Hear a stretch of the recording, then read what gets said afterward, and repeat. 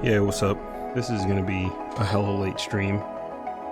Probably mostly for VOD people. If you're in now, you know, I hope you enjoy it. It's just gonna probably be a nice little chill prop design stream. You know what I mean? I'm trying to build some props and get a better understanding of what like the stone prison kind of environment looks like. You know, I have to really nail that down in order to understand what it's going to look like. I really want to take this version of this comic seriously, even though it's just like a one shot. I want to use it as a test for my skills to do a good job.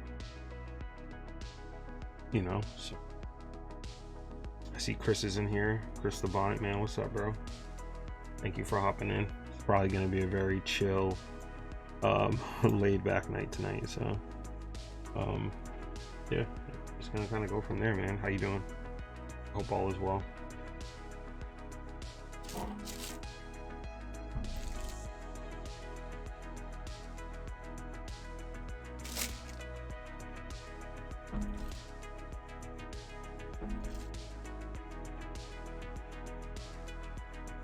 Oh, what if I did this?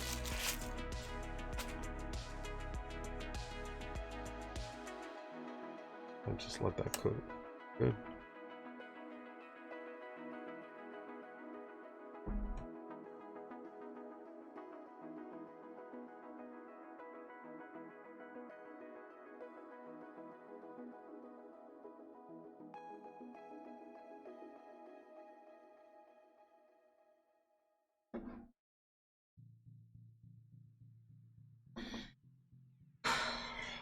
All right. I guess, you know, want to figure out, let's say, what food looks like on here. So I'm definitely going to let's see.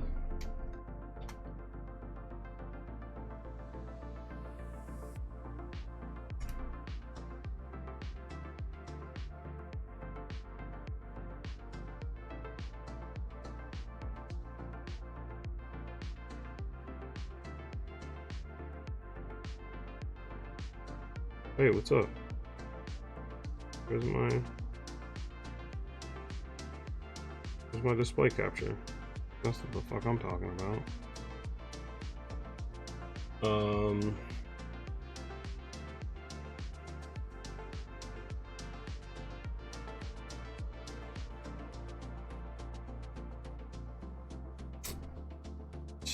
don't want just like kebabs. Like, well, I'm thinking more just kind of like,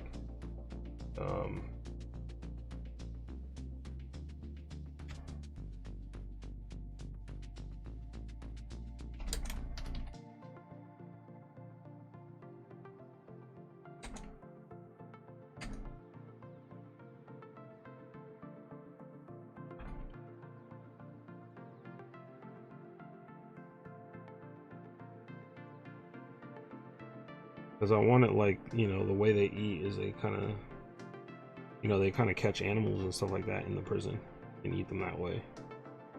So like, what does that look like on a kebab? You know what I'm saying? Like, you know, wild rabbit or some shit. Like, finding references, I know for this is gonna be a fucking pain.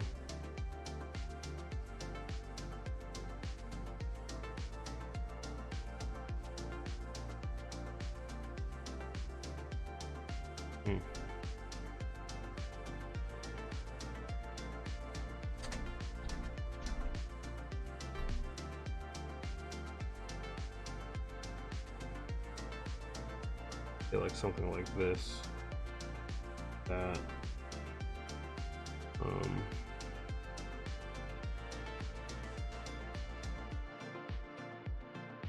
gonna have to use that as a reference. Peruvian rabbit.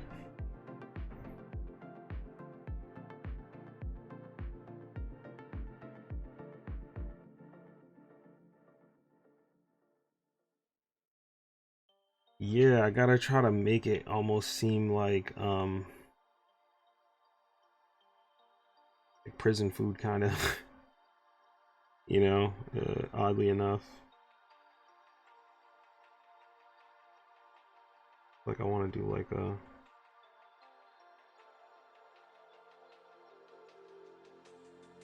stick or something.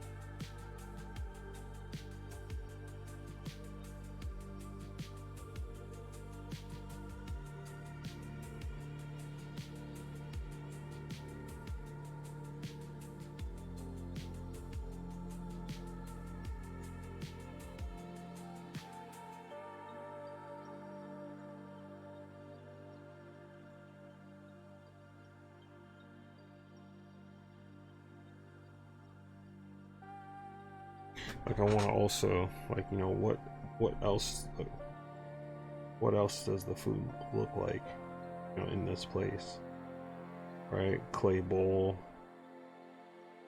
So we'll look up on this.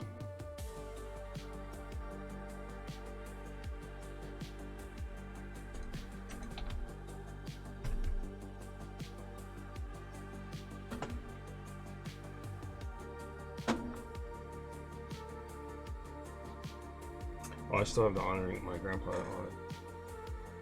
That's nice.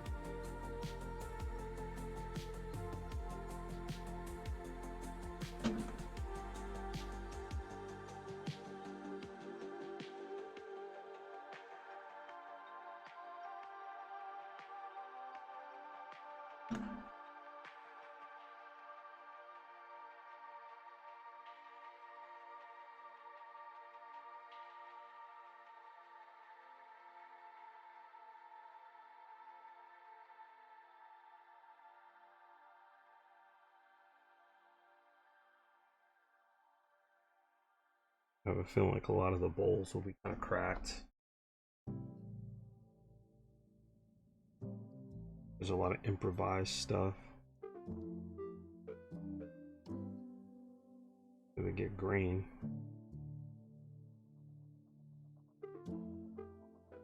Interesting, like years ago when I did the comic Duelist, which it, like, you know, it was ever changing while I was doing it.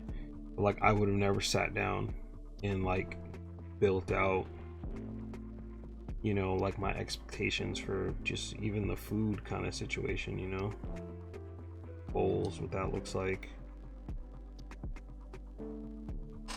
It's a like bowl kind of cup situation, you know.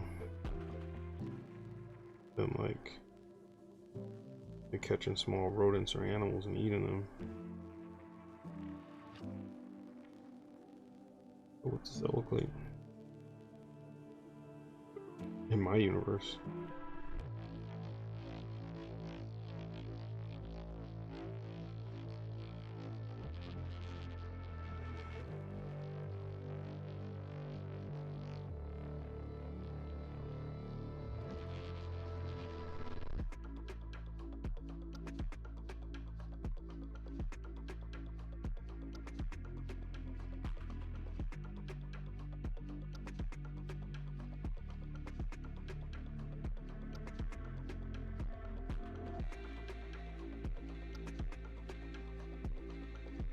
I have a scene that takes place in the bazaar, and in that scene, like, I want food, I want there to be, you know, like, that does not look like a fucking mini carrot. That just looks like doo-doo, actually. Good carrots. That looks like kitty. Get out of it.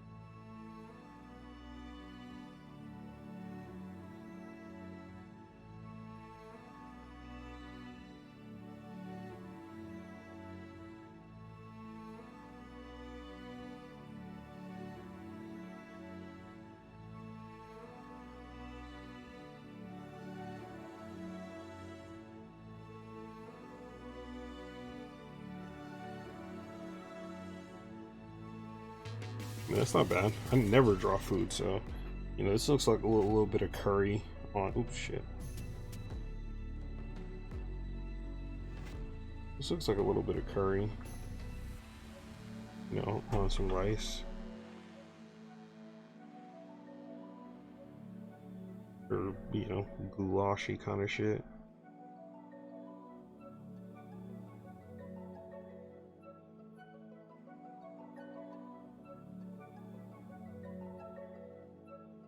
Interesting thing is I want to start developing a brand new visual shape language to a lot of my art. Just there's not enough time in the day, man. I would 100% change the fucking style.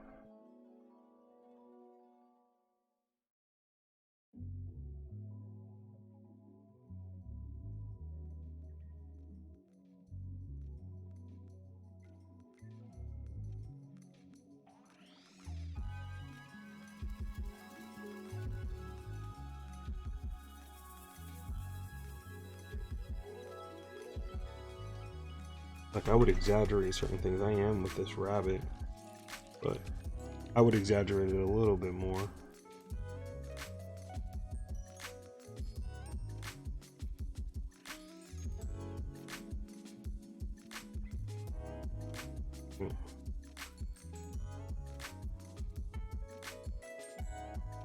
Also want to color these too. I think that's a big part of like making stuff as well.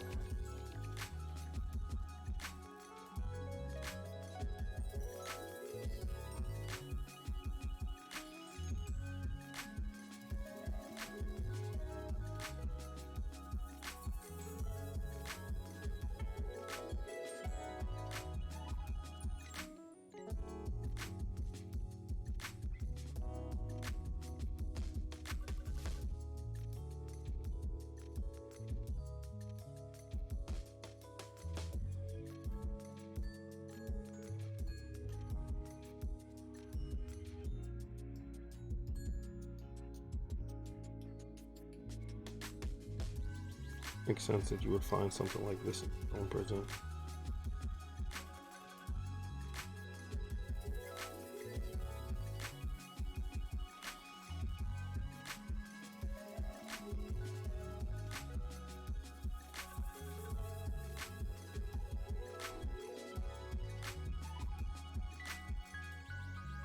Let's say like, you know, there was a rack or something.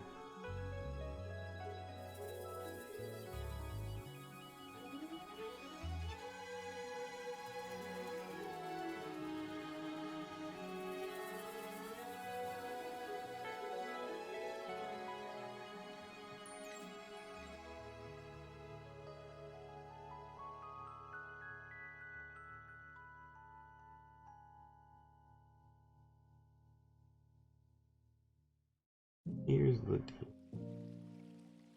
Gotta be able to draw this shit 3D. There's back that's there. There's smaller.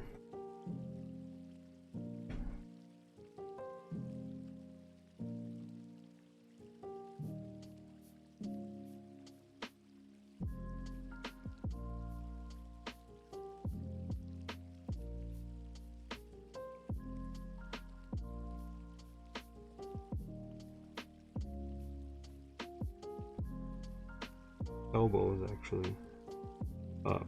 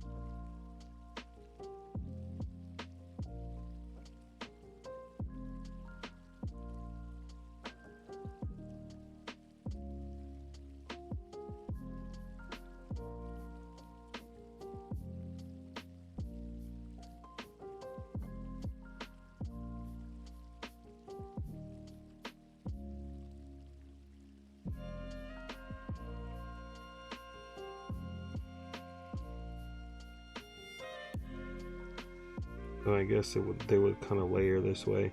What I want to do is I need to like get the bottoms of these. You know what I'm saying? As they go back into space, it'll probably be back further like this.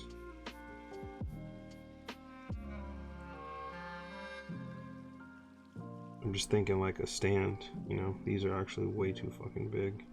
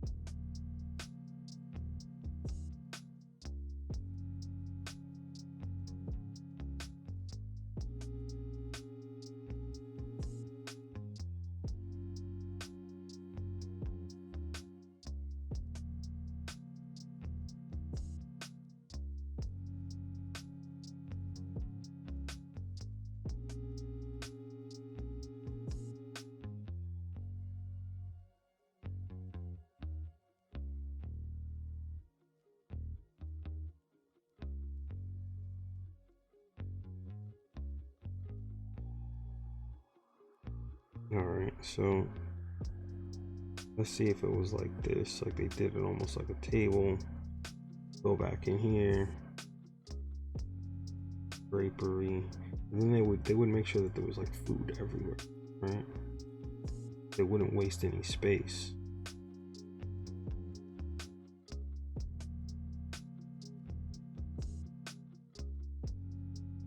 And what I've seen in these bizarre pictures, like they're not wasting space.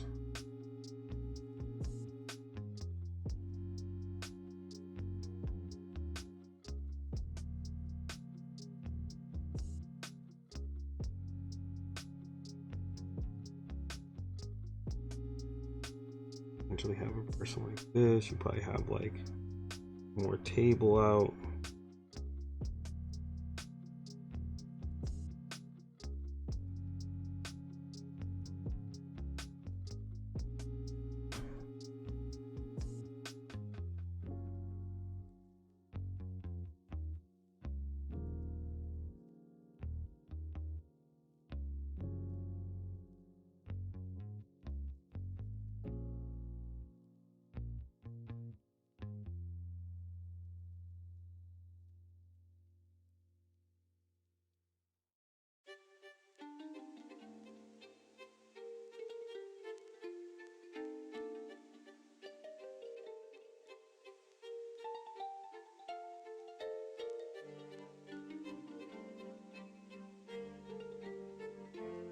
Pretty sure that they would then have like, I would have to switch it up and be like bird or something like that.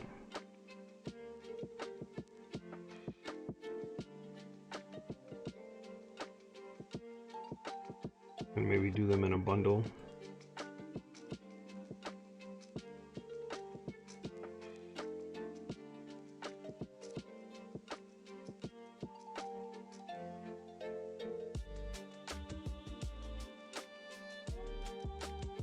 And this would overlap over here, just so you get some flat.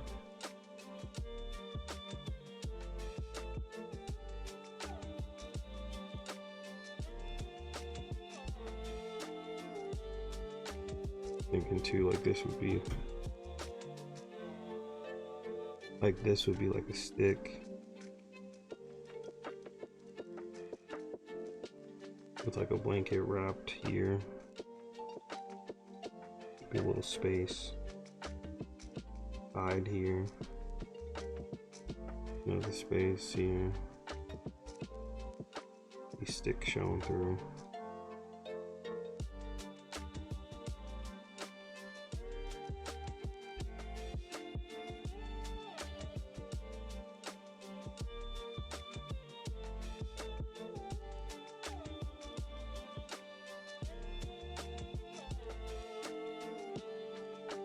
All right, here we go.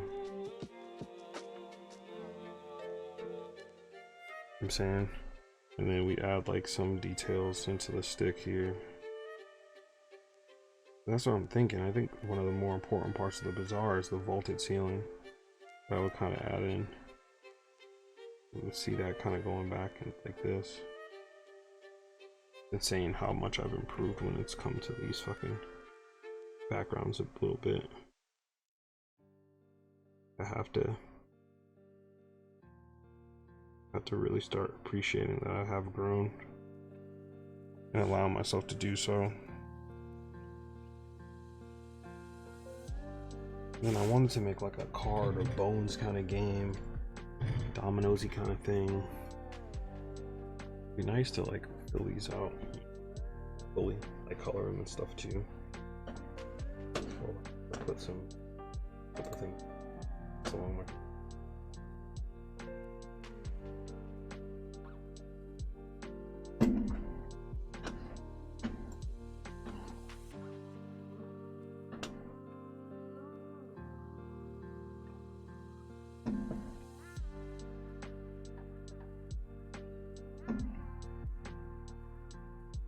Like, you know, what does a chair look like, you know?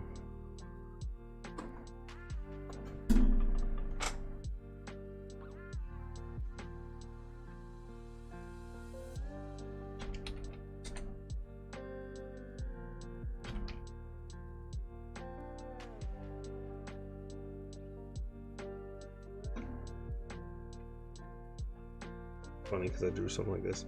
But I want like almost a broke nigga's chair. There you go. Wow. Okay. Even that's a little more fashioned. I like that. Okay, Picasso.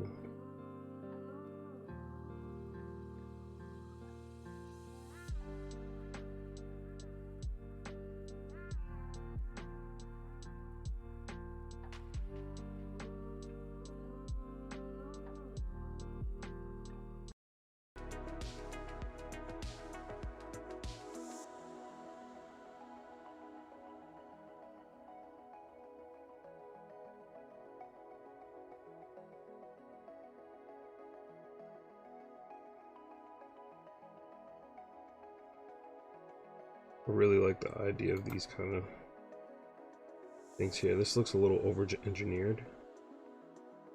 So like, what about, I'm gonna do one that looks like this. Like, I need to change a nib, my nibs.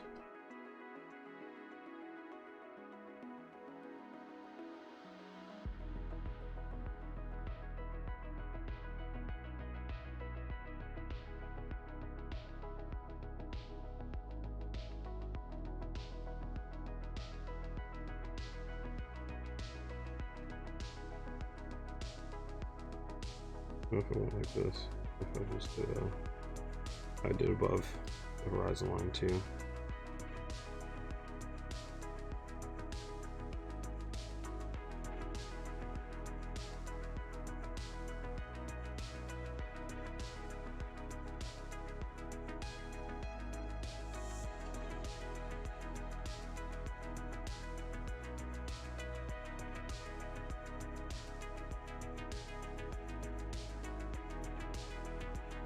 Yeah, sorry if this is a really chill stream and you guys didn't come here for that.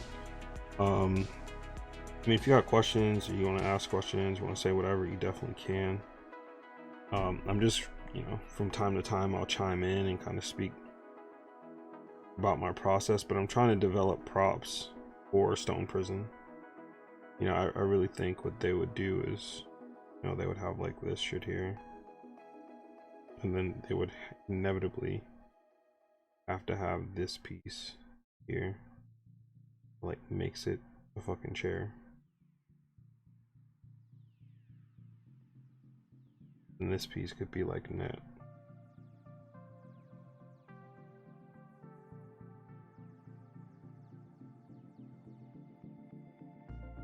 You know.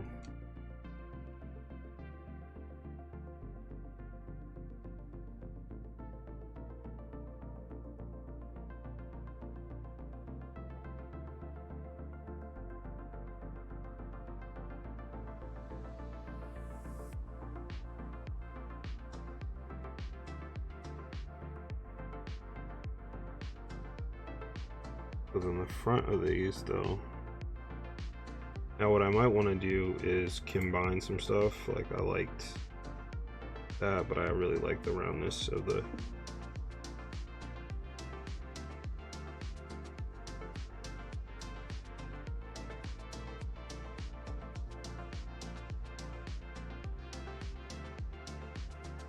actually can't do that. Has to stay geometricized. These square shaped pieces. This is still a little ornate.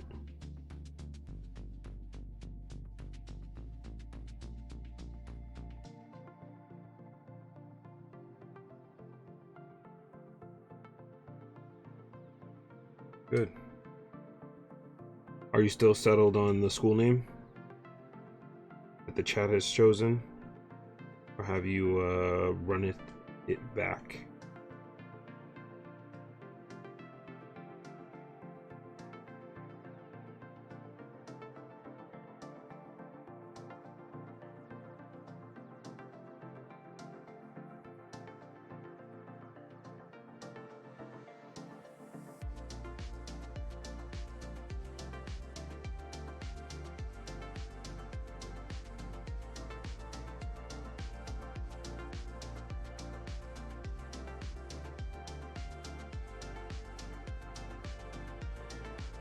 Yeah, I'm settled. I like it. Good.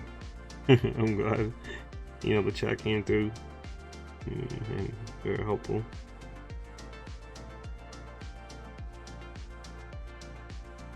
This works.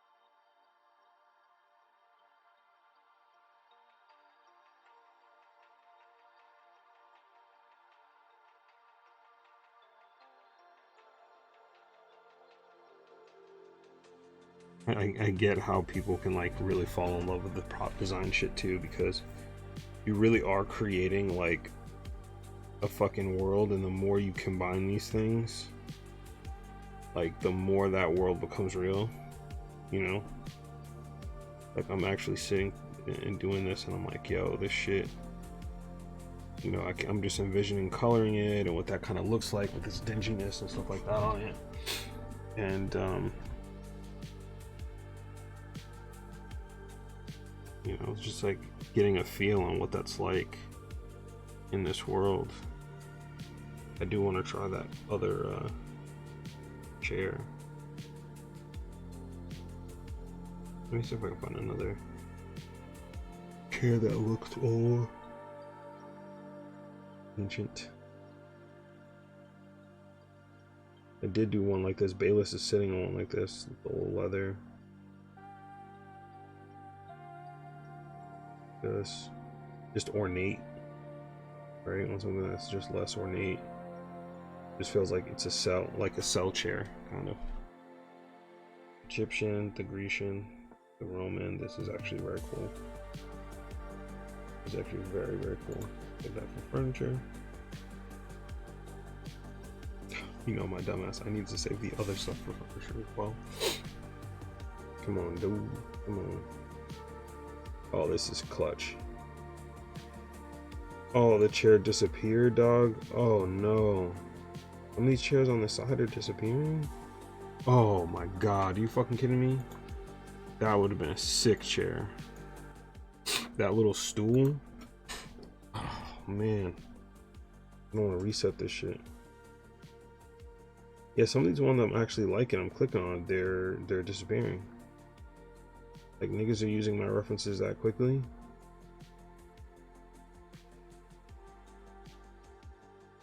This is kind of a good one, good version. It feels a little postmodern mechanical though. It was like these cats probably had they didn't have like mechanical chairs, very rigid base seat. Something like this. Or like this.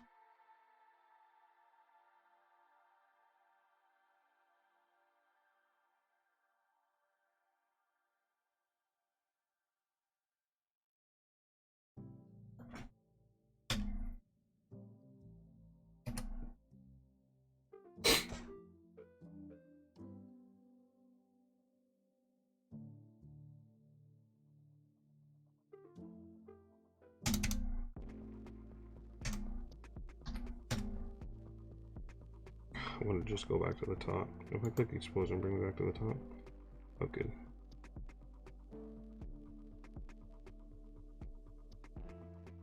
I'm gonna combine this. Maybe I can make that circular. Change the visual shape language to just feel a little bit more circular. Like that other one I liked. Like almost like they kept it. I'm gonna draw it in a different direction, by the way.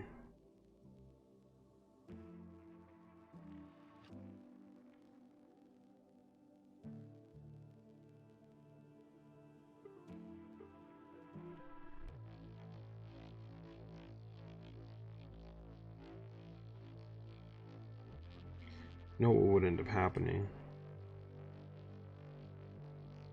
All right, let's say these were together. That will go in there.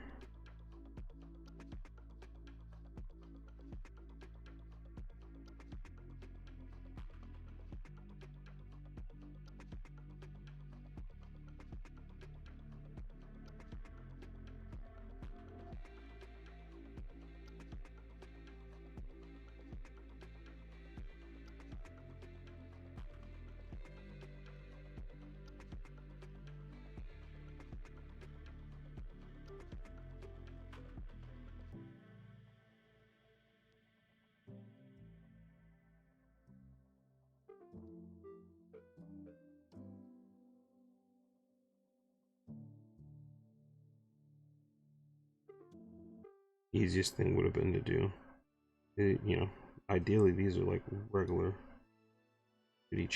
prison chairs. In this place, these kind of chairs, that's like that.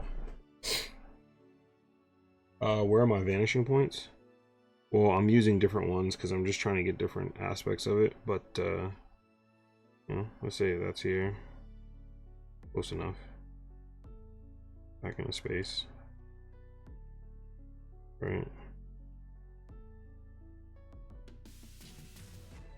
Yeah, if you will, I'm kind of raw dogging these vanish points. You know, I think you can get away with it a little bit because it's not a perfect chair. But I drew a line from there here. Just be slightly higher. I can live with it. This is me just kind of really trying to lay out the ideas of the props. And make different kinds of chairs. John Fire, what's crack-a-lacking?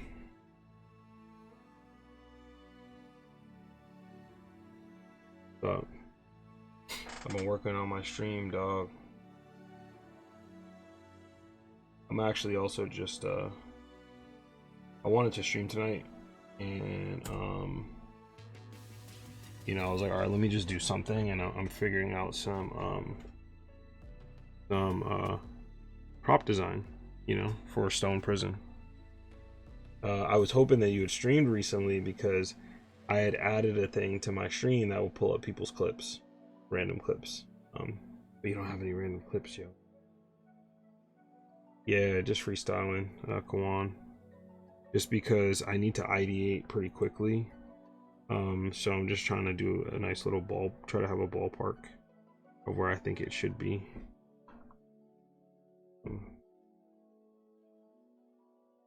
Yeah. Yeah. So they would actually peg into here. That makes a lot of sense. Instead, I'm doing it this way.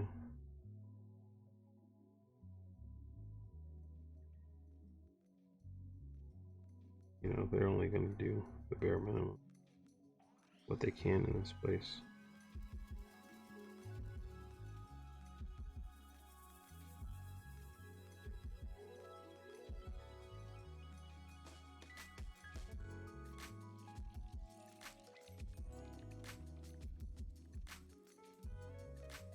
What if they tied the edges? Grandparents used to have this chair that was kind of like this, and then it was like little vines tied to the edges from the south. So they had these like kind of savannah-esque chairs. I can't remember what they're called exactly. Yeah, I like that because then it feels a little bit more beat up, a little bit more mechanical. Not mechanical, you know, just kind of like older, ancient-y style. I mean, I guess you could use wood nails, and that was a technique back then too, because then it would change and the wood would actually expand and contract with it.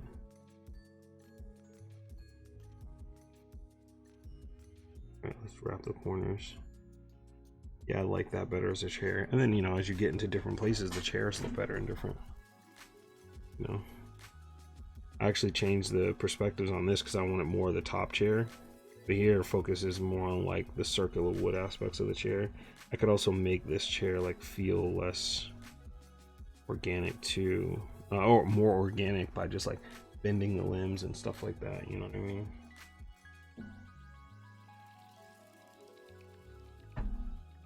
School stuff.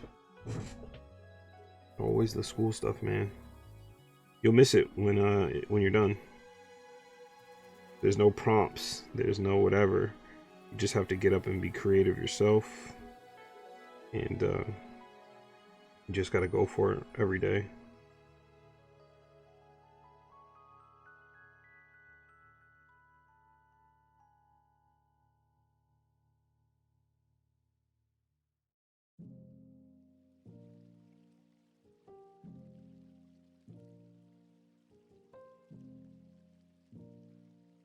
All right,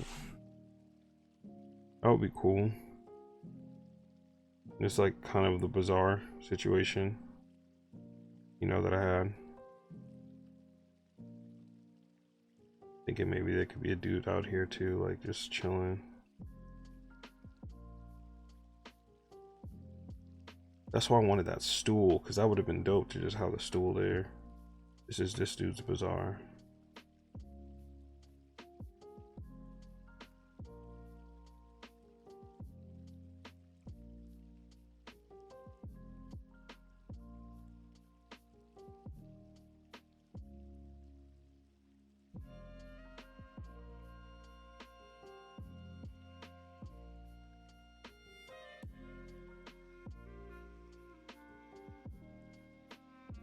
I wanted to have like a thing that comes out and you got a dude selling kind of like rugs and blankets and weapons, you know, the weaponry there. Wow, even just running through this, man, just last year I don't think I could do this. Like this would be very intimidating to me, just like kind of freestyling perspective on some of these things and really having them kind of line up. Like this chair looks okay, you know, like by itself it looks fine. Like if I tossed a person in this chair, I could do it.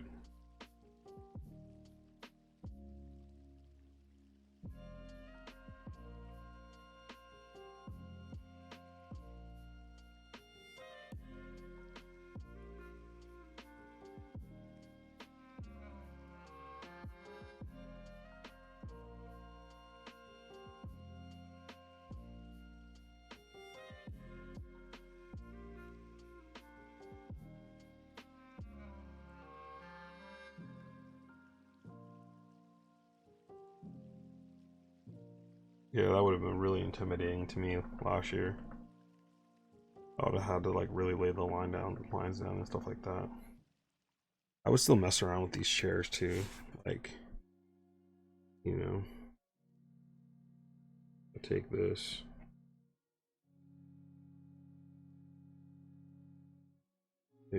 duplicate it, move it.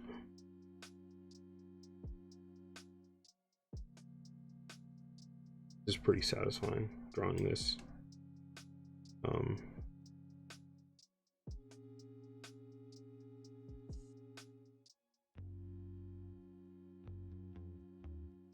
That would obviously have to stay. Some perspective line somewhere.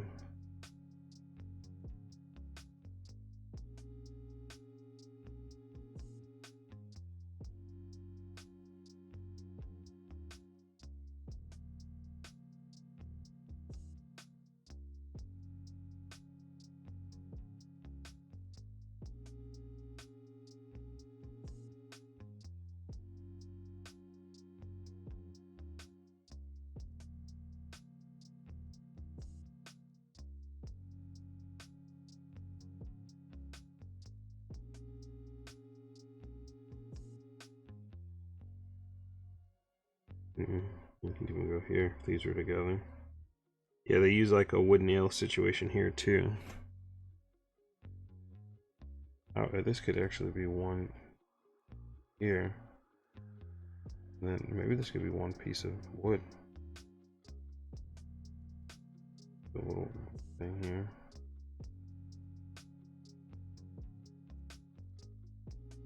can actually break one of these woods or take them out.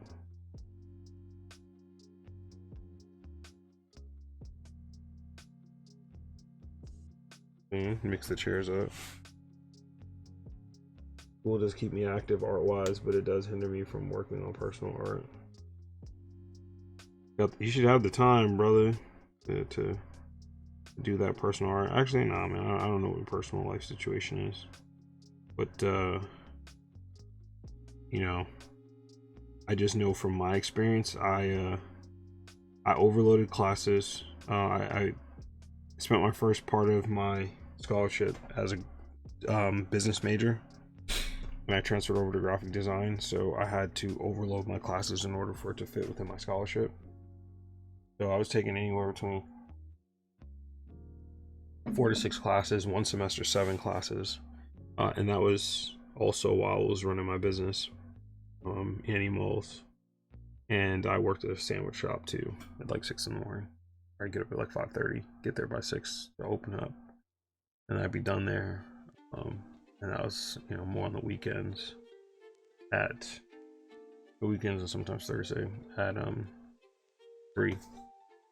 So you can find the time, man. You know, college is definitely the time for you to work on personal stuff and get there. Wow, I like these chairs. Holy shit. I don't hate myself. Alright, man, this is just shit's crazy.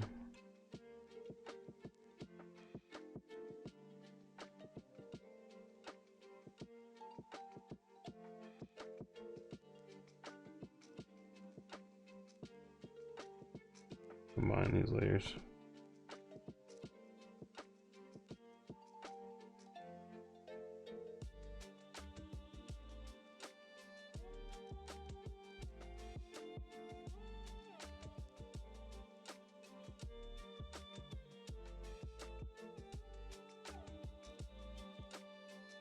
My hair is a fucking mess.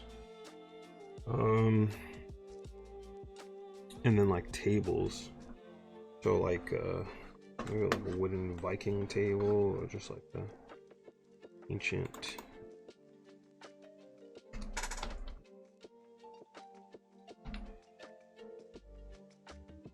woodland table. If I searched house, there'd probably be a bunch of shit that showed up with houses.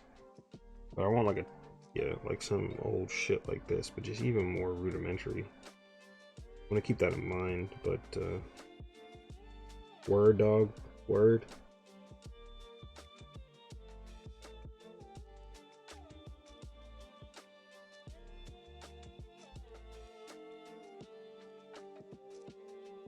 Wooden texture. No, I want some shit that feels like this. Even like this. Yeah, because you can see how they're using like rudimentary architecture, if you will, or just like development, so that way it's, you know, it's leveraging a lot of the stuff that it's a kind of built on. It's leveraging, excuse me, a lot of simple tools, right, which I think is nice.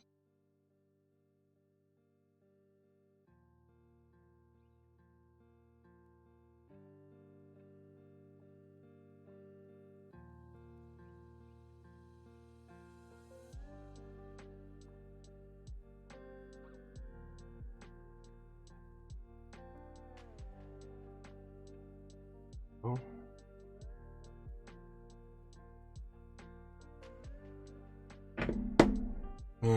Yeah, but I need to try and make time.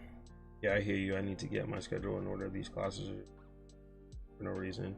You know what helps me sometimes is to just audit like my time and my schedule, and to see where I really, oh, let's see what these tables look like.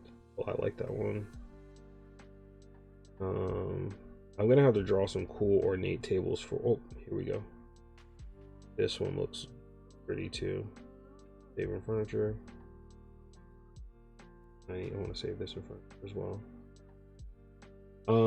Yeah, you just sit down and kind of audit your time, you know, and really figure out, okay, like where are some of the gaps, and then like what are certain tools that I could use, because like you don't always have to sit at your computer to draw. You could be using your sketchbook to start your ideas and then develop them further, you know, afterwards. So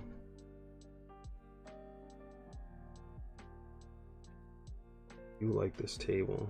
I'm thinking about this being like a wall table. You know what I might do? You know, the next part of this, I might draw like Bayless's room. That's really what you know, a lot of this stuff will fit in. Actually, can you guys give me a second? I gotta run to the restroom. I'm gonna just gonna hop over to my BRB.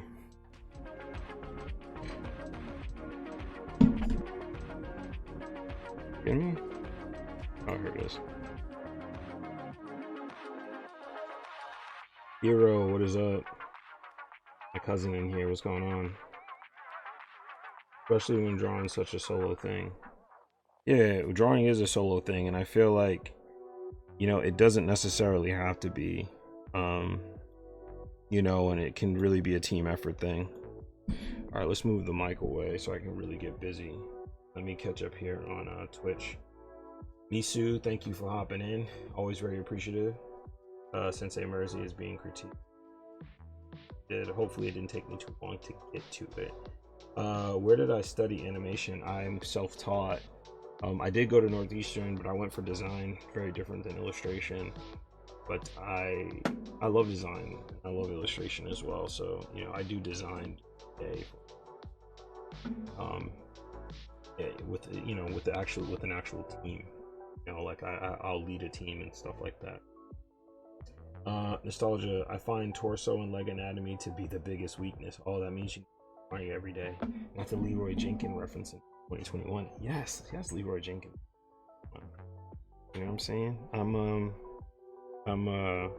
I'm dating myself. You know what I mean? All right.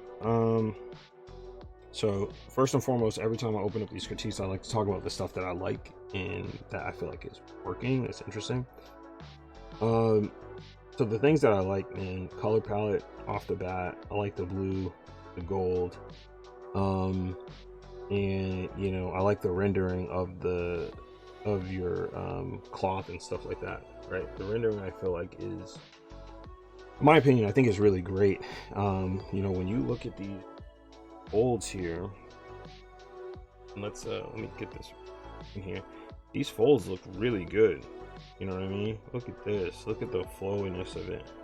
I think, you know, what we'll do is we'll talk a little bit about how we can really make these things work for us. Yo, could you guys actually hear the BRB audio? Could you actually hear it?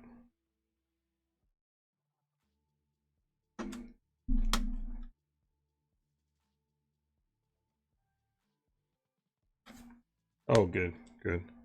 I might change that particular clip, but for now, I just wanted to have something.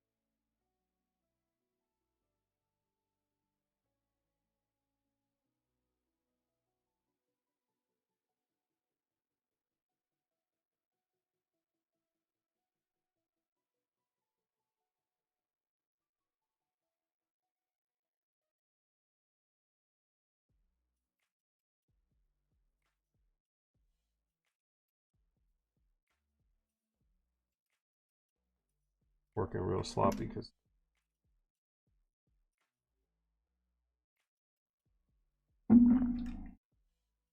got the right counter space. Okay, here we go.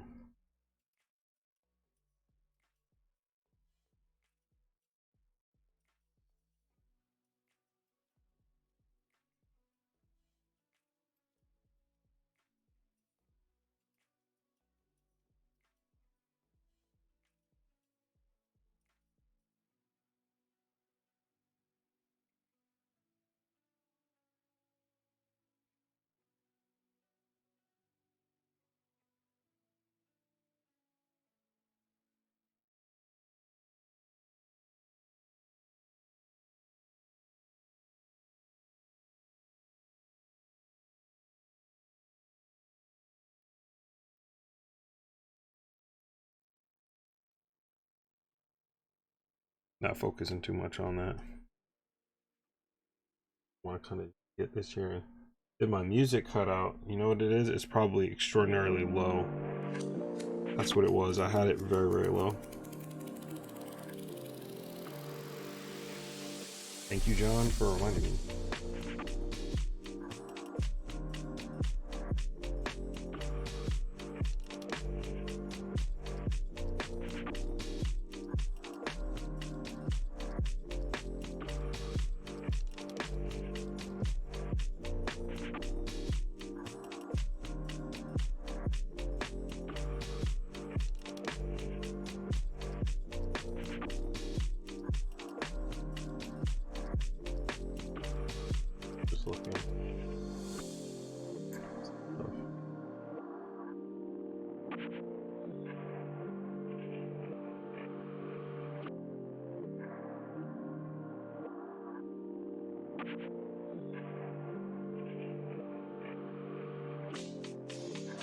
I'm thinking in terms of this kind of a table. I'm seeing now how bad the perspective is off for these as I'm trying to do the crossbars.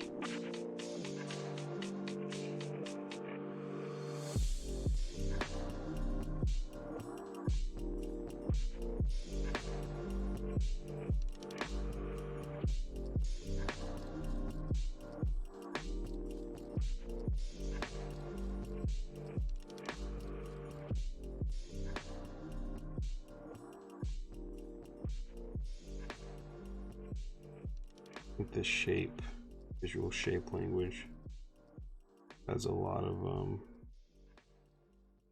Asian inspiration. I may change it.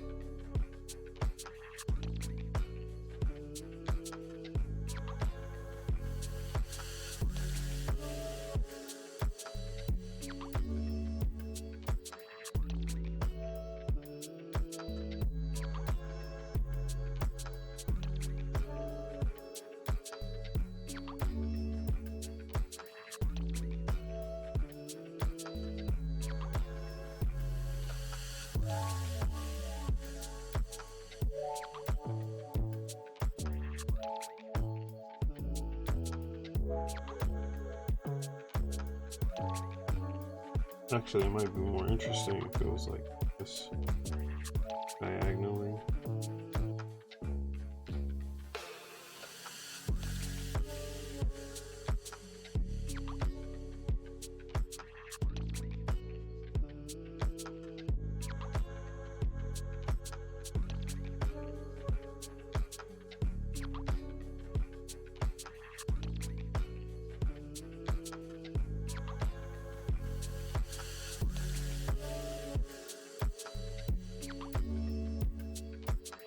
I don't know, man. Damn, I feel like gonna sound weird, as I feel like I wasted this like night of drawing on props because I really like how the props are coming out. Actually, you can have a cup like this. Ancient cup, right? Small. I'm not gonna use a bunch of clay.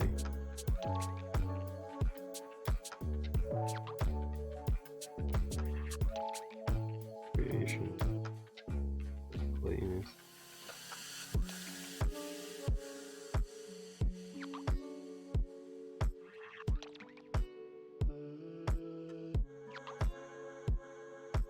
Yeah, this is not going to be like an astronomically long stream, you know. I just wanted to come on and do something, and I wanted to do props, and I figured, oh, let me draw all these props on here and see how that kind of looks. Oh, not working. I can do this. Also, this cup is huge. I think once I shrink it, I'll have to change the perspective of it too. But proportionally, the cup's probably be like this big.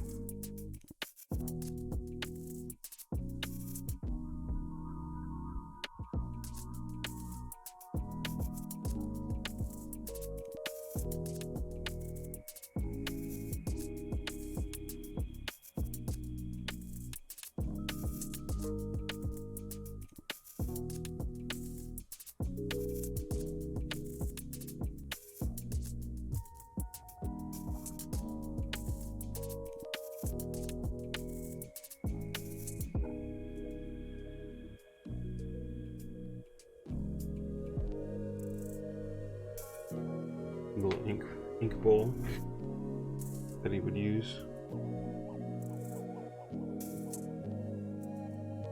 And like a candelabra is what I was thinking too.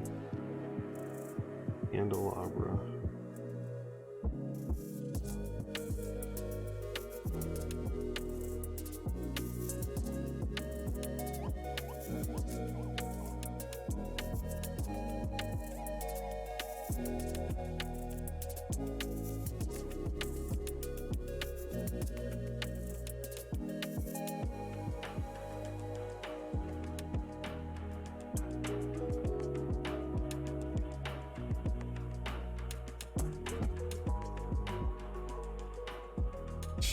I didn't think I could make something like this.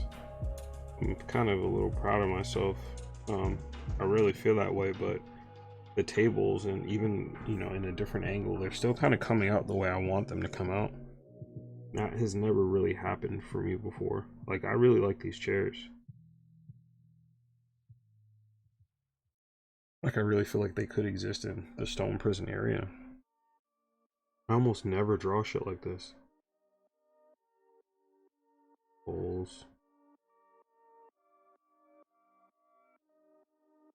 I want to figure out kind of too, like, what, you know, packages kind of look like, or carrying things or whatnot, you know.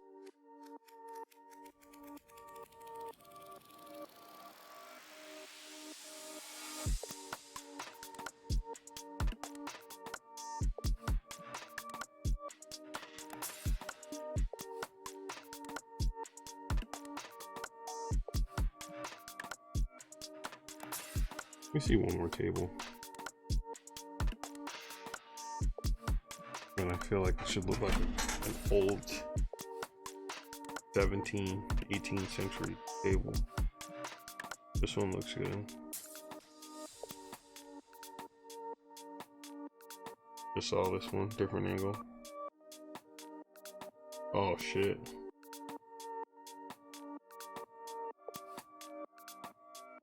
Kind of Lord of the Ringsy, but it works. Maybe I can shift the different furniture. Can I shift the angle of that?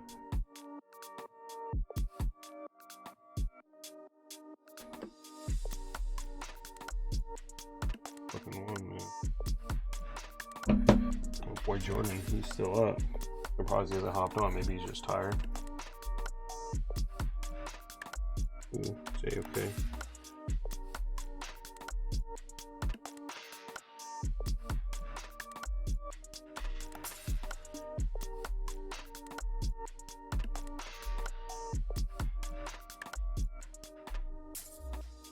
Wood root rustic.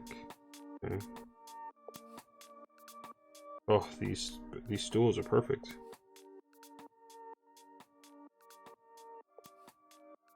Wood's kind of cracked there, colors fading. Again, they're using like a butt joist kind of thing, like pushing it into the wood. Yeah, definitely want to do.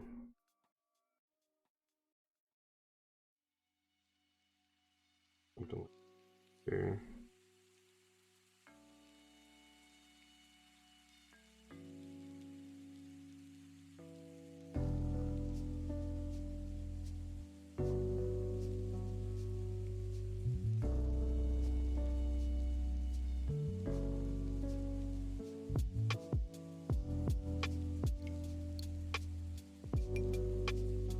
All this is for your story. Yeah, you know, I really want to take it seriously. So in doing so, like, I want to do some prop design for it and really you know, make sure things really feel thought out and they feel like they fit from the same universe. I was saying before, when I did Duelist, I didn't do any of that, so my world feels like, it feels modern, but it feels very bare. It doesn't feel lived in, and it doesn't feel like there is like a particular time and place and genre that it can fit into. So it feels far less real.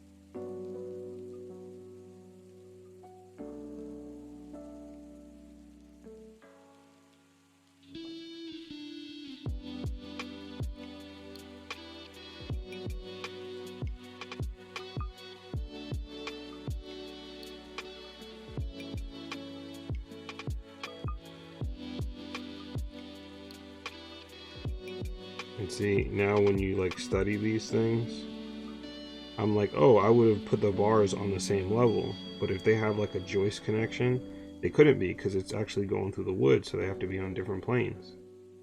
Like, oh shit, completely forgot about that. Bottom of that should be right there.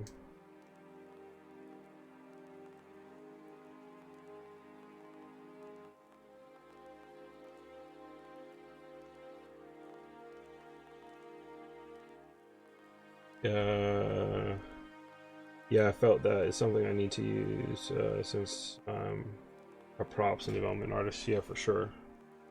I suck at filling up a space, trying to get better at it though. Yeah, so do I. That's that's the whole point of this stream. I'm terrible at filling a space, so this is just making me consciously think more about that space and what are some of the things I was filling to it. That's why I said I might end up drawing Bayless's room after this, just because then I would have to be thinking about everything as a whole, you know. But yeah.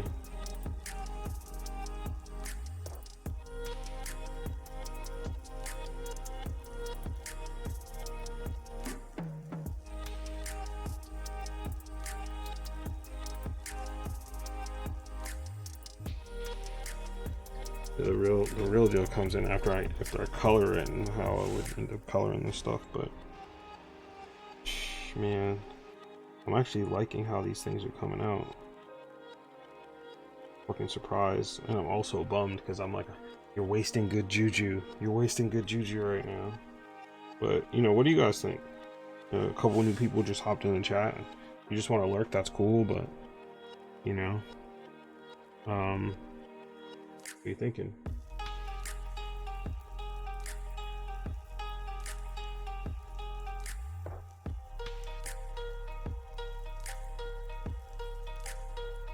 So right now I'm drawing just what I can. So this is like is more of my particular style. But What if I studied other background styles and you can kind of see what that comes up with? I think I might have just found some inspiration on what a model of baseball uniform. Oh, your OC is gonna wear. You found a particular school? Oh. Not a waste of me. Oh no. Thank you. Yeah, I just need to figure out, if this is a rug. Because his room is a little bit more special than a lot of places, because he's a floor master kind of person, floor warden. So he could have a rug.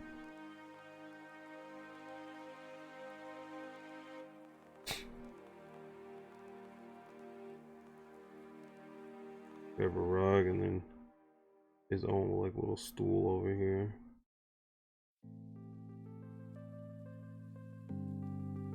Oh, these are completely out of perspective, but I never do this, so this is basically me practicing.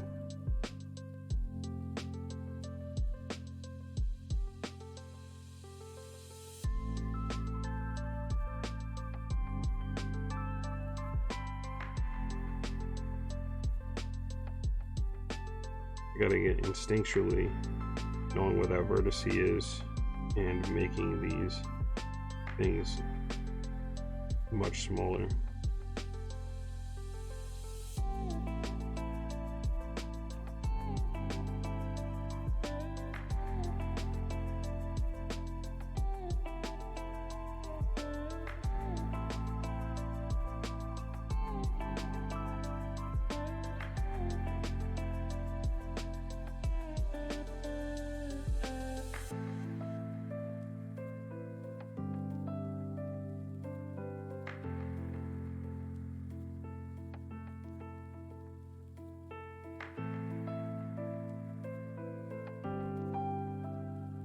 Oh yeah, I've been gonna go through this one.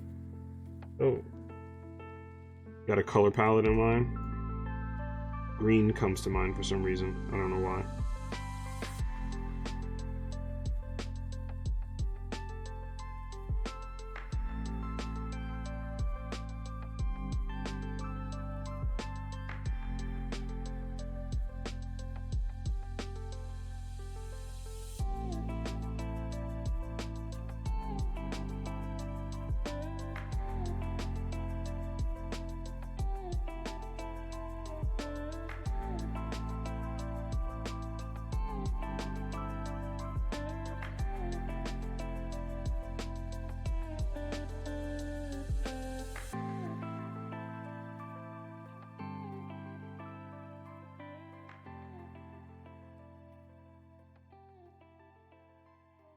Alright, got his little stool here. I would do like a little chair. Yeah, this isn't bad. I kind of wanted to do the bazaar too. I'll show you what I've been, but I've been kind of grabbing for that as reference.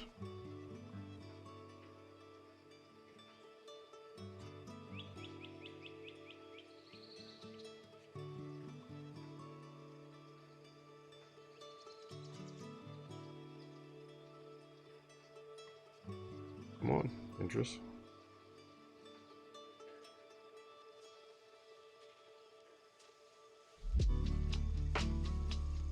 Scenery. Because there's a scene where he's going to meet everybody. He's going to meet them in a bazaar, and I want to kind of have like this feel, this look and feel to it, where it's like the kind of stone and the lights hanging, and definitely the wood beams going into it. This is like perfect, you know. And then he'd be like here, we'd be following him through and stuff. But I got a couple other examples of just like what some of the stands would look like potentially. So, alright, so let's drop into a more dedicated workspace.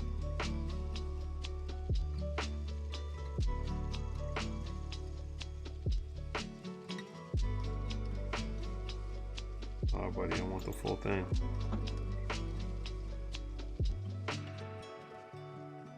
Alright, now we back full size.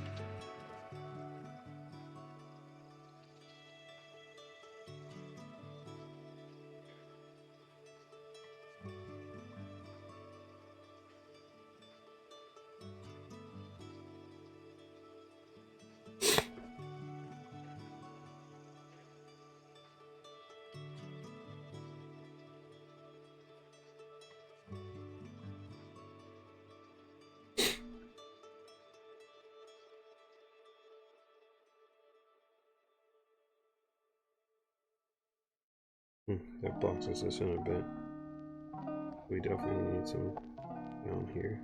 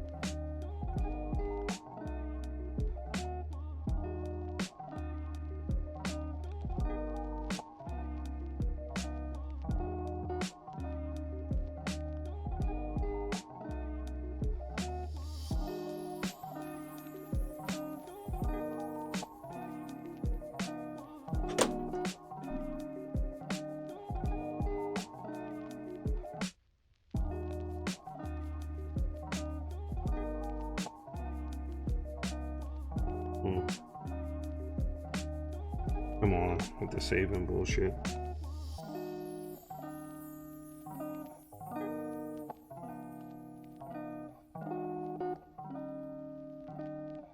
This is not following the line down.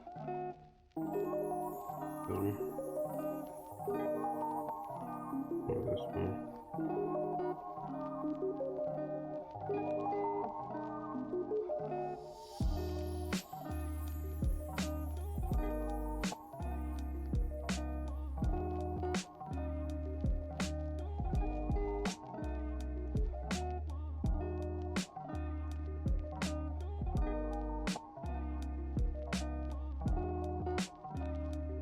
Yeah, this isn't working the way I wanted it to. I need more depth into the room, but I also wanted it to be close, the table to be closer. Alright, hold on.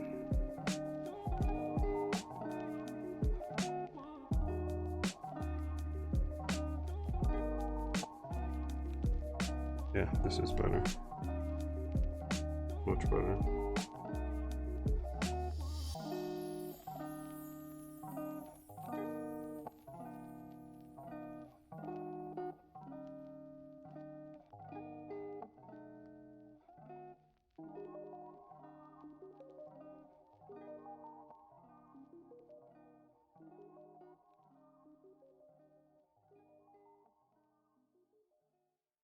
Now I'm feeling better a little bit because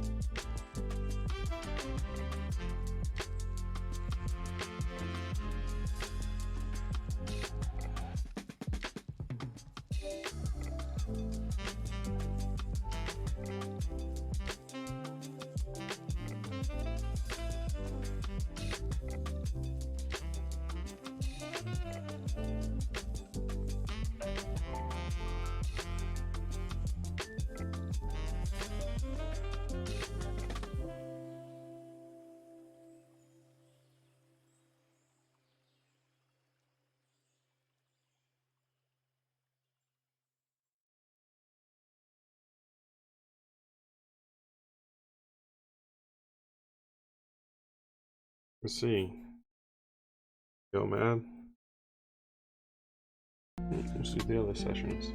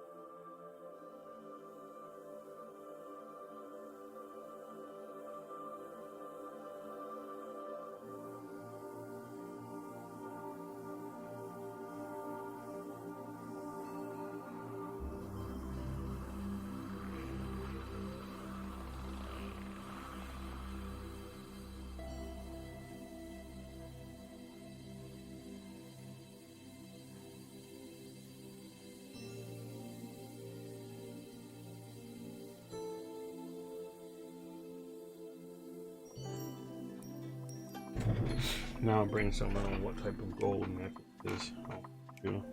We shouldn't be brainstorming in a silo. I hope you're going to like Pinterest or some other places and you are looking up references that will help you.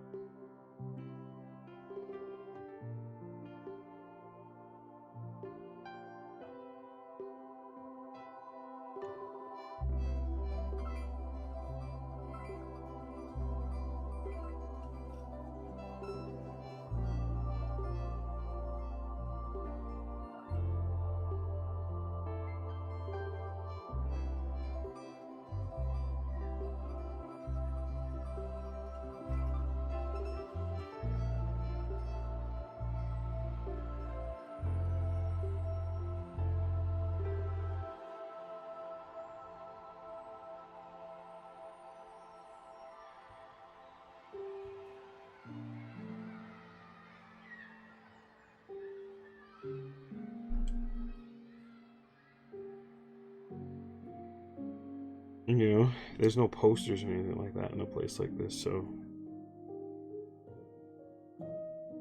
like what else do you have up? This is like his little training corner. Alright, got an idea what to put up.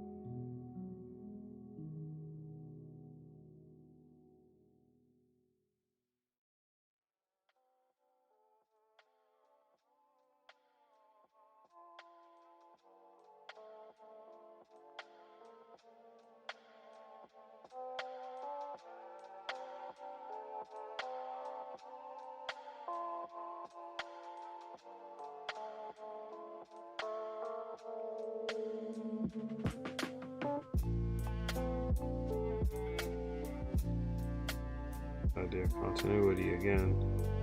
Making sure if it's going toward us, it looks a certain way.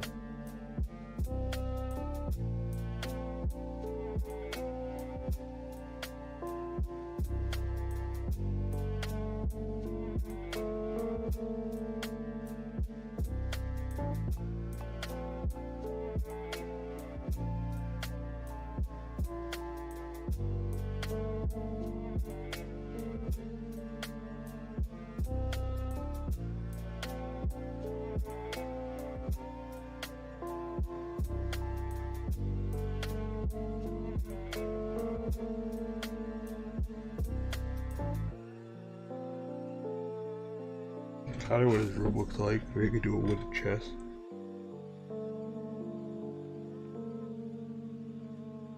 Yeah, I'm on Pinterest looking at high school. Good, dope.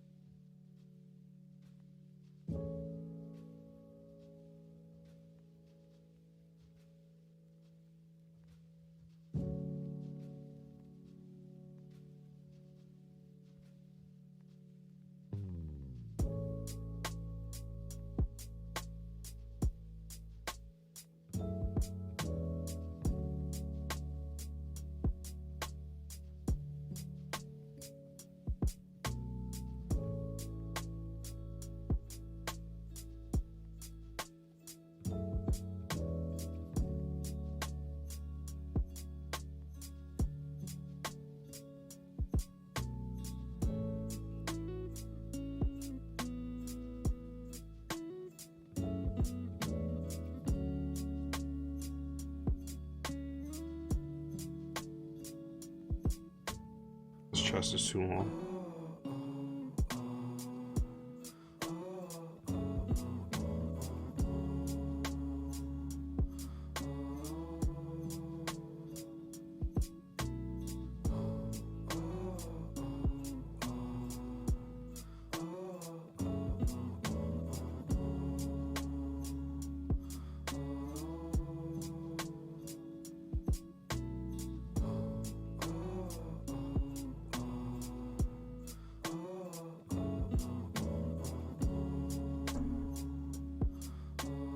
Yeah, I'm glad I cut it down.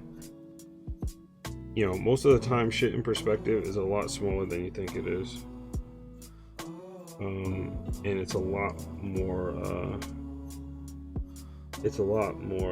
stretched, if you will.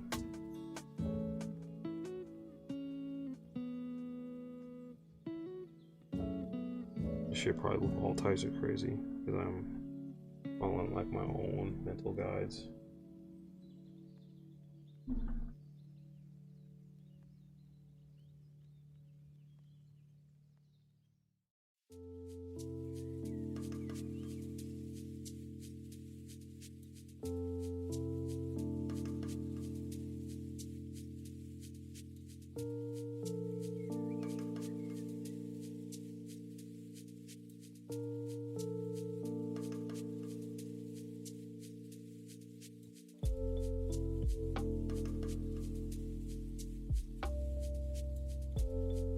Looks a little like his room.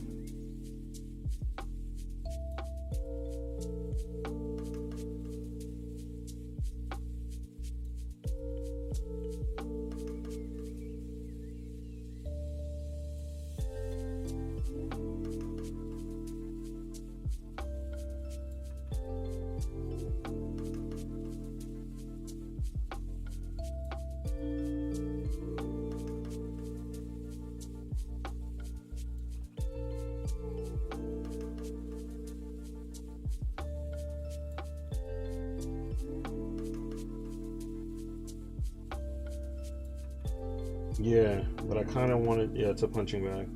It's like hung on all sides. Sorry, I'm like digging in my fucking knee. It's like hung on all sides.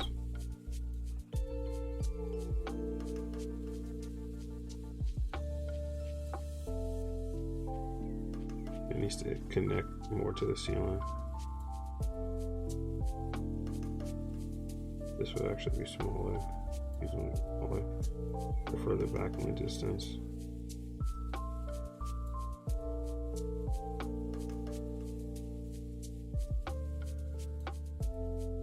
It's almost just like one corner of his room. Alright, Mike, I'm gonna head back to my dorm and call it a night. Dope hanging out with you. Thank you. I appreciate you being here, man. Just chill stream. I wasn't really planning on streaming. I wanted to do some prop design stuff and see what that felt like, and I'm actually enjoying it a lot more than I thought I would, simply because I thought I'd be really bad at it. You know, but that's also no excuse to avoid something. So, but yo, thanks for coming, man. Yeah.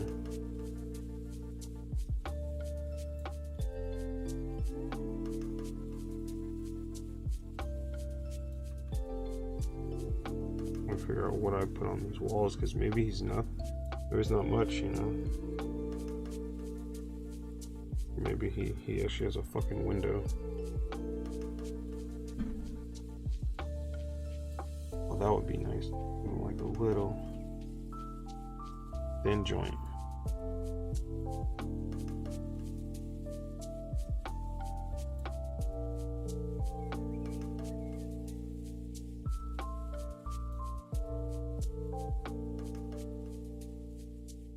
Actually, I also wanted to feel like one of those triangle ones, where like it goes like this, you know, into the space, building into the space.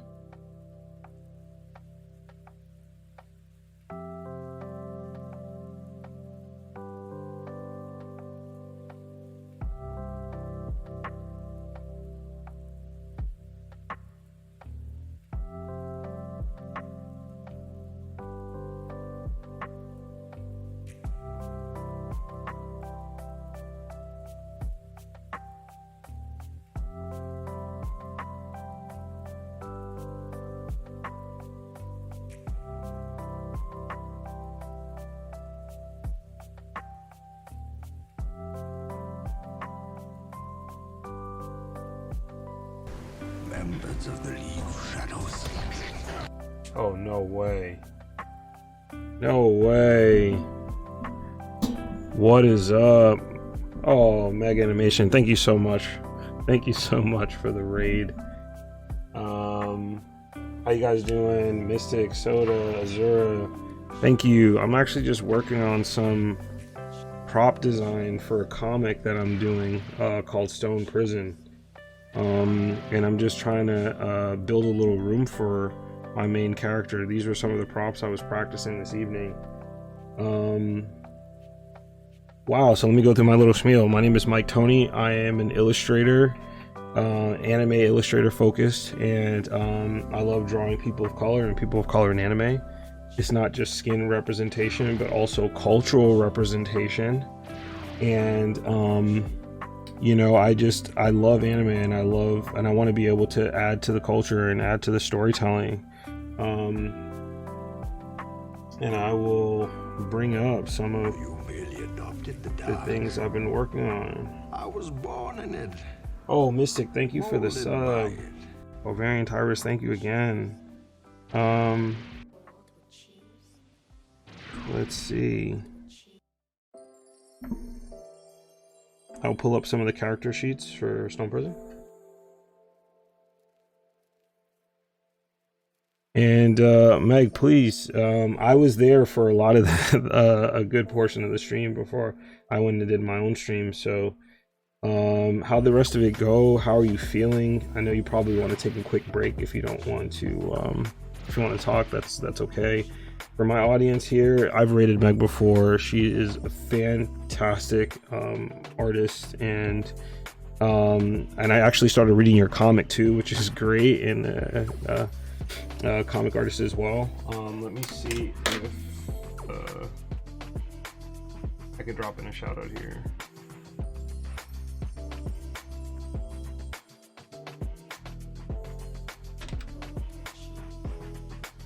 Oh my god, Jack, you're adorable. Shut up, this is too cute. How dare you?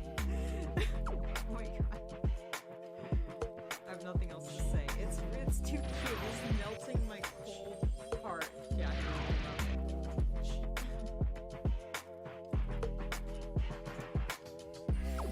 I know. Um, Fruit bat adores.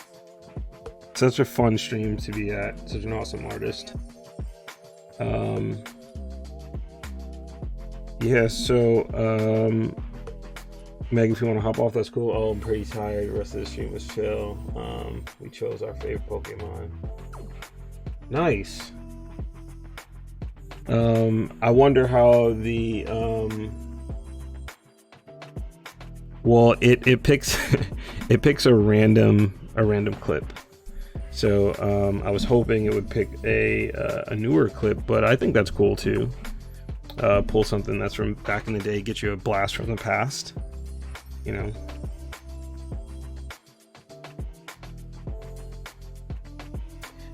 Yeah, so I got a for everybody who was on before the raid, please follow Meg. She's fantastic, and you can learn a lot. I've learned a lot from her as well. Everybody that just kind of came in, Eddie, thank you for the follow. Vancy, thank you for the follow. Way Too Toxic, Neon Green Vance, Ovarian Trist, and Mystic Soda, thank you for the sub, tier 1 sub.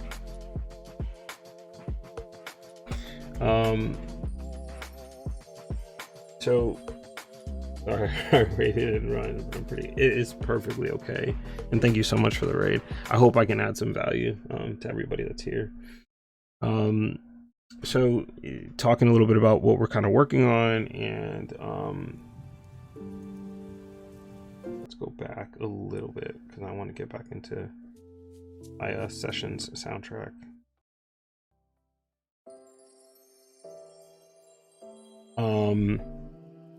I am working on a story called Stone Prison. It is about a kid who was found by a warden, and the warden raises him in this particular prison. This is that character. His name's Bayless. Most of these scars he has on his body was when the warden actually found him abused, and he grows up in this prison to become a guard, and is like a floor master in himself. And the whole idea is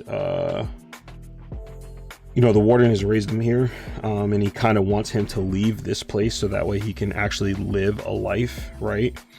And this character doesn't want to leave, right? He's been here since he was a child, and the world that he knows on the outside, you know, has mistreated him.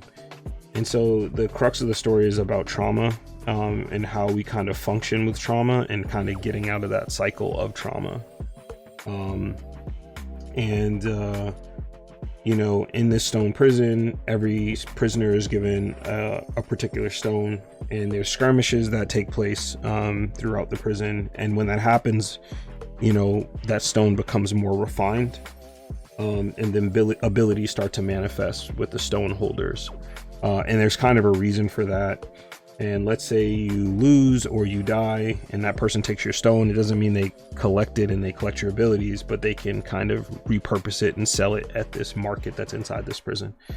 So I haven't really released the design of the prison yet, but it's like a really tall tower. You know, there's a bunch of floors in it. There's a whole ecosystem that works through there. So the story kind of talks a little bit about that and everything else. But this is one of the characters. There's a bit of a trio. The other character is Isig,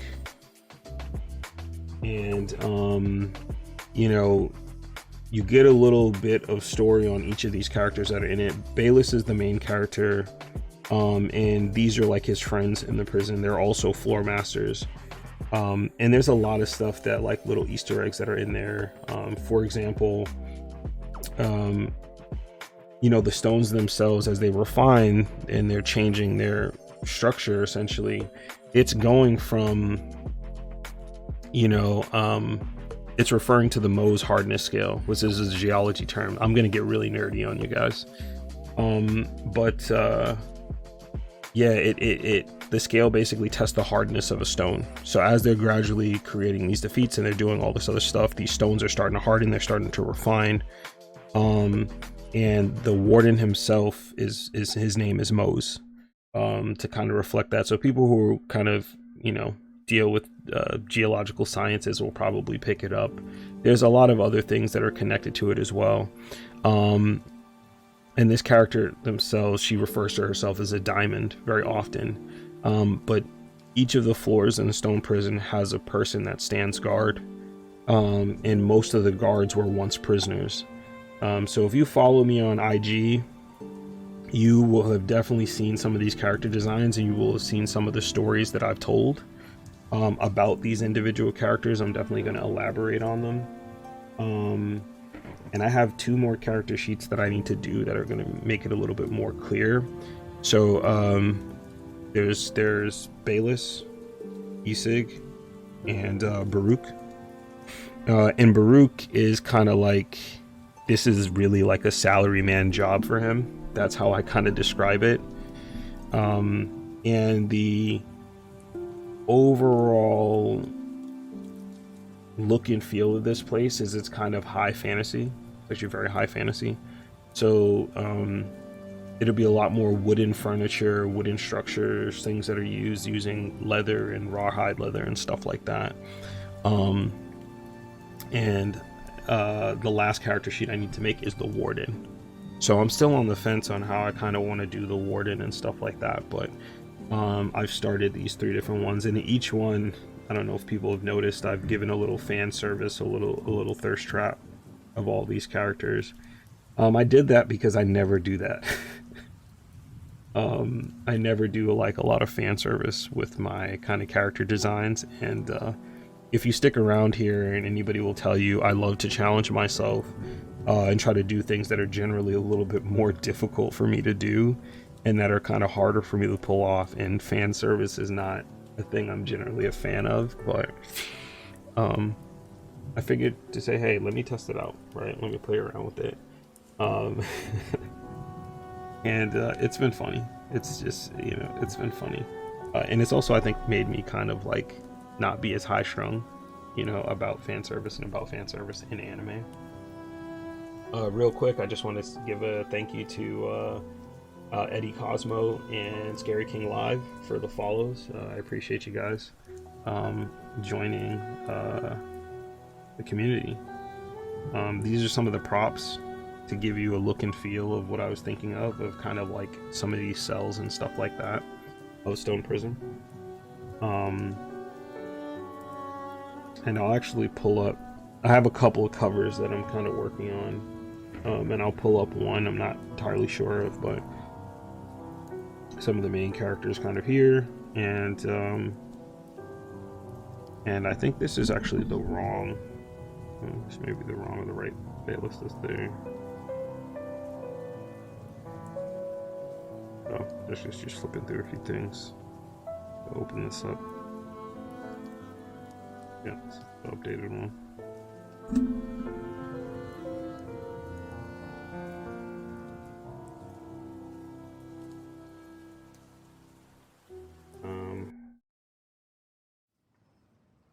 Here we go. Yeah, so I mean, this is like the most recent story that I want to kind of tell, but I've been creating original characters and original stories since like 2016.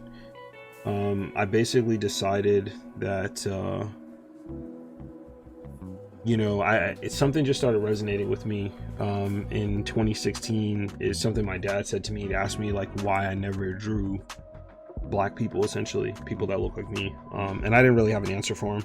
This is when I was a kid, and then as I started picking up art again and started drawing over and over again, I started to realize I wasn't drawing black people, and it wasn't intentional. I was drawing what I was seeing, essentially. And in 2016, I decided to like kind of make a covenant with myself that that's what I would do. I would just draw people of color, and get out of the thing that made me feel uncomfortable. And then as I started doing that, I was like, well, I want to have more cultural representation as well. You know, as I was seeing there was a lot of cultural things being added when I was watching a lot of anime. You know, for example, I'll use like Vinland Saga or the Fate Stay series. And I was like, wow, there was a lot of things I wasn't using from the African diaspora. So I just started pulling a lot of different concepts and things from the African diaspora to actually use in my stories. I'm just pulling up some artwork here that's a little bit references stuff like that. So, you know, I think this is called a Nyongo, and it's a African bladed weapon. It's obviously much smaller in real life, but making a Buster Sword version of it, I called it the Giant's Bane. I think there's a lot of things that the African diaspora can add to anime and storytelling that, you know, I feel like is just kind of lost a little bit. And I want to be able to kind of add that back in and that and a bit of a flair to it that I think people could really enjoy. Here is a weapon shop. This is supposed to take place in another story. I have a book that talks about the future stories that I'm basically writing and drawing at the same time. One of them is called Iku the Keeper, and this is like a weapon shop from Iku the Keeper, and you walk in and obviously this is a weapons maker, but I thought it would be really cool instead of just having a regular displays that, like, you know, all the weapons are actually plunged into like this sand pit, you know, in the front of the shop, right? And you can actually go and kind of pull them out and stick them back into the sand pit, you know, kind of as you go through. I thought that would be kind of an interesting thing. And certain weapons and stuff like that, you know, added onto the walls and everything else, which was kind of cool. And a lot of these weapons are, they use a lot of African bladed weapon references. You know, leaf-like blades, the Aida, some throwing, kind of like, you call them throwing daggers, but they're like really big curved blades, if you will.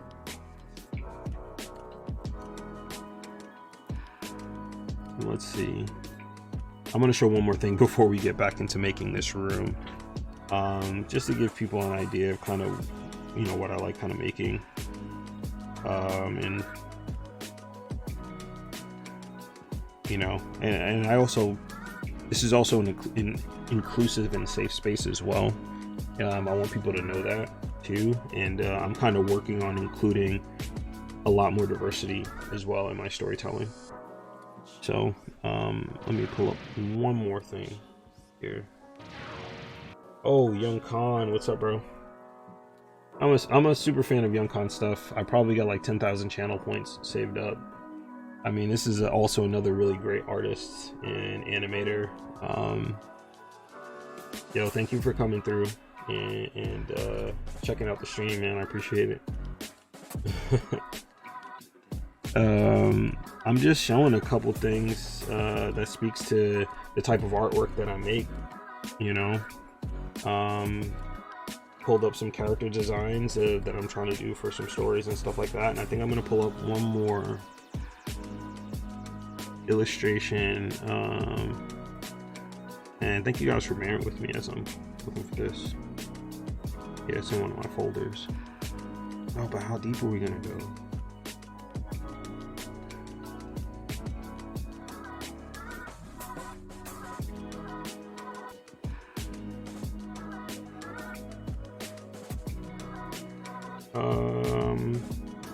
Yeah, why not? Let's pull this up. Also too, you know, I feel like we use a lot of the same skin tones for you know, the black representation and animation, and I kind of want to change that, you know, from because there's such a huge spectrum of blackness and brown skin. So I got some characters that are like what I would consider like purple black, if you will, that are really dark skinned. Iku is one of those characters where he's a very dark skinned character. and he has some scarification. And the story is, if you were basically going to combine something like,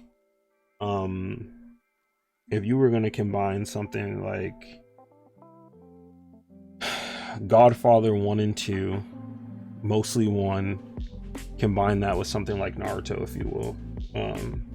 There's a character and he lives in what's considered the lawless zone, and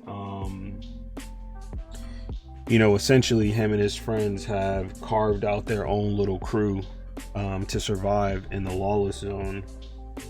And what ends up happening is they go celebrate his birthday, and when they go to celebrate his birthday, his best friend doesn't show up to the party. His best friend, and let's say like second in command in this crew.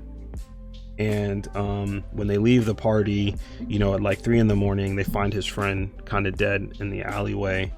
And so, you know, kind of a mystery ensues, right, where they're trying to figure out who, you know, ended up killing his friend and everything else like that.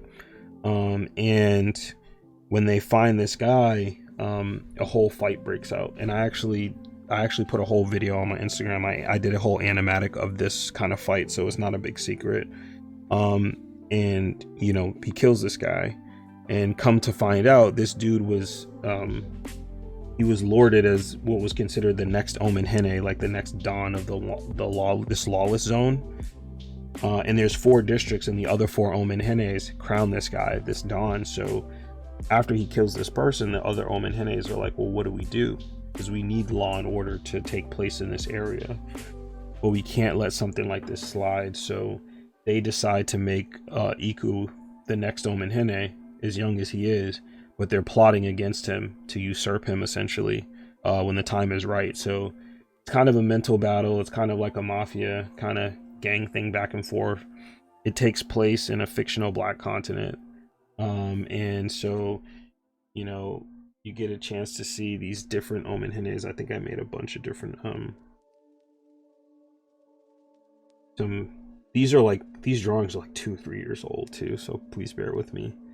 But these are the other 4 council members, or the other 4 Omen Hennes that own their own districts. You have the Black Bloods, they deal in assassinations. You have Madame Oye, and she's kind of like the mother of this district, and she basically like deals in servitude, essentially, like overworking these miners and stuff like that.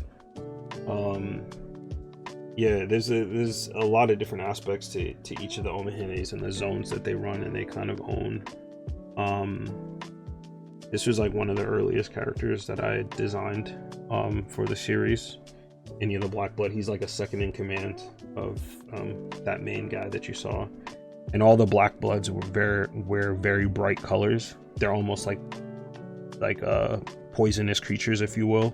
So in the wild, when you see a poisonous creature, oftentimes nature lets you know that by how bright they are and how colorful they are, that you want to stay the fuck away from them. So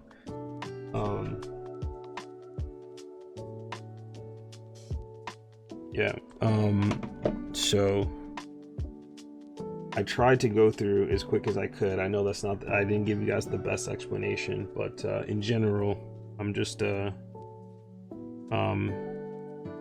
person who just loves drawing. I draw every single day, and I want to tell stories, and I want to tell stories that kind of matter, and that, you know, have a different perspective. So. And I'm sorry, I've neglected chat. So excuse me for a second. I'm going to go all the way back up. I'm going to show some love to chat real quick because a bunch of people popped in.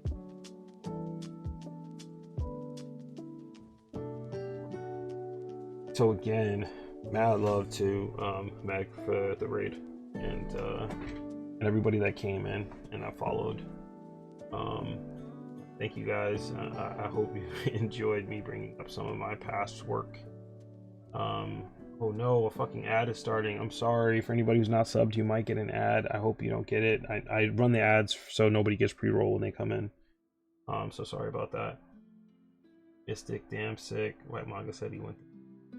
I think a lot of black artists go through this idea of our parents asking us, why don't we draw people that look like them or us? and we're just imitating what we see and what we want to be seen, I guess, on screen. You know, we think that's what's going to be the thing that's going to get us known and recognized. It's a hard thing to break.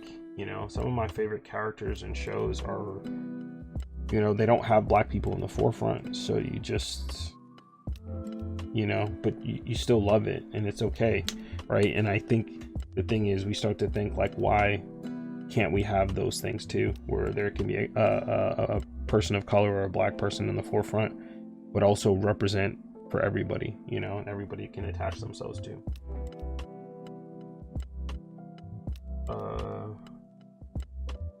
Didn't even know I didn't have to go that far back. Make sure work.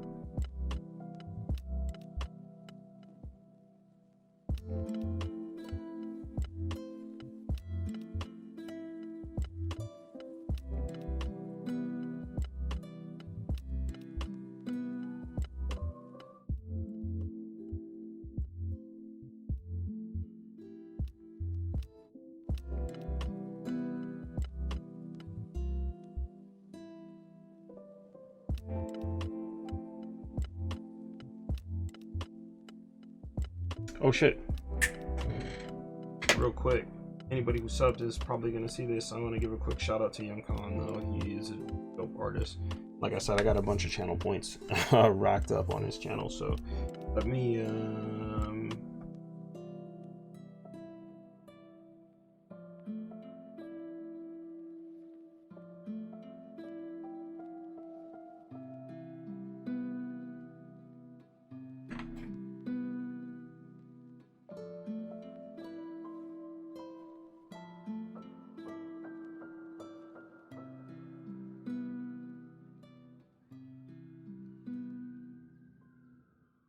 how's that not bringing that up?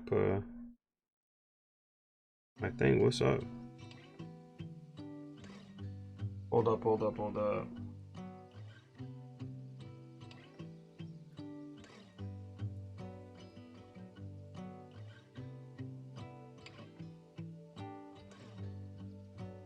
Yeah, I'm just tossing a shout out for Young Khan. He's a dope artist, and I've sat and I've watched a bunch of his stuff. I've actually been learning how to animate emotes from watching him animate emotes.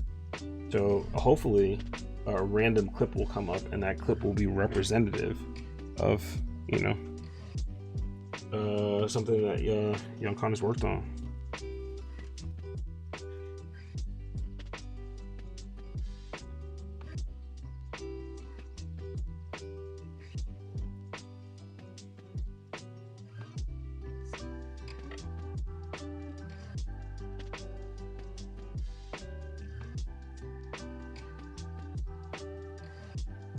I'm just trying to determine here what Bayless's room should and could look like, you know.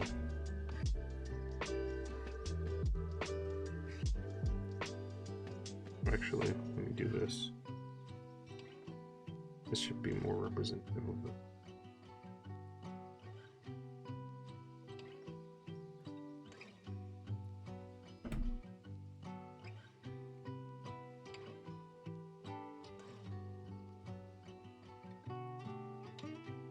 There we go. And just merge that. Oh, it didn't bring up a clip. Come on now. Still get my shit together. But yo, Young Khan, thanks for coming through, man. Sit back and lurk. Chilling.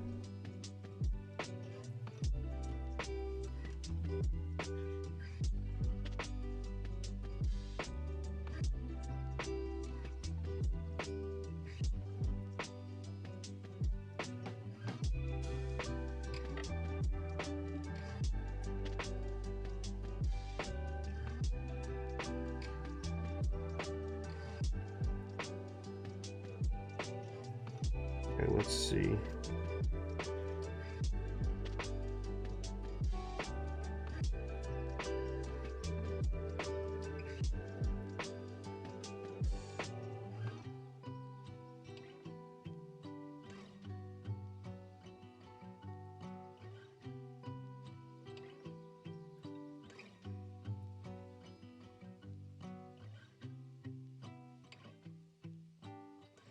do is move the chair back a little bit. I think I'm just gonna add Bayless into the shot.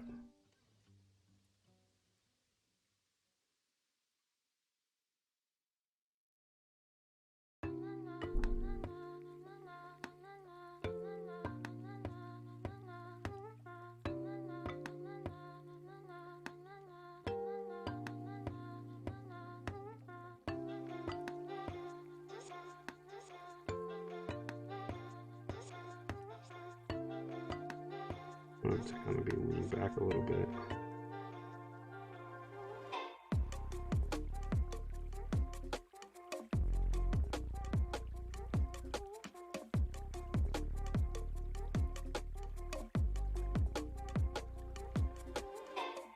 Maybe sleeping, because we're all tired nowadays.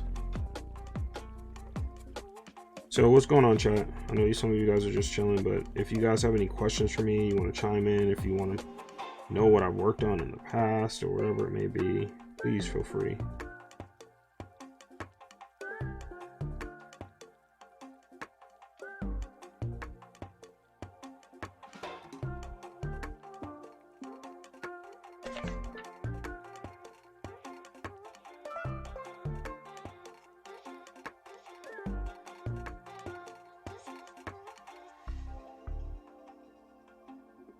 I'm just enjoying the stream and taking a break. Cool, man.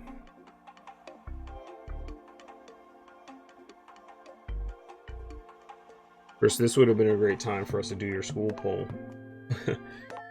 and get some good numbers on what people would like to see. So normally if I was actually doing an actual scene, I just wanted to just see what I could do in terms of, you know, adding some props and stuff like that to this room. I'm just trying to, you know, prop design and figure that out.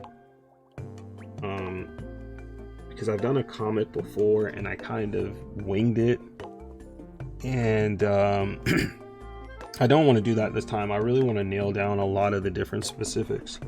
So the idea of kind of like really, let's drop this into a folder, really nailing down what the room should and could look like, what the marketplace will kind of look like.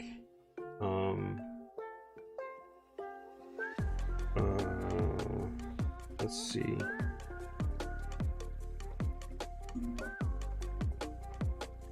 Where's the so I got a bunch of pages on here. I don't mind showing these ones.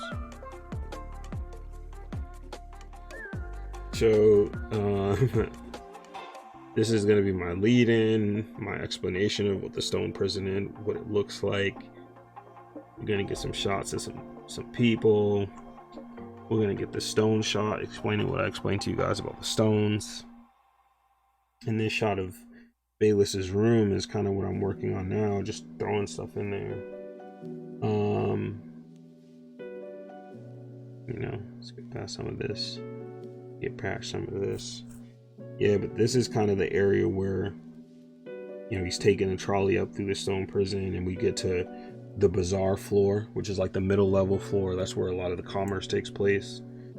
And I want to be able to show like the bazaar, right? Weaponry, food, the economy, all that stuff's important because it deals a lot with kind of like what's the result of the stone prison kind of situation. So there's so much that is, you know, that's when he meets up with their crew and his crew. Gonna get some emotional conversations, not emotional, but you get some good combos in there. Because ideally what I want to end up having, you know, the ending be, it's gonna be pretty striking. I hope that it's pretty striking.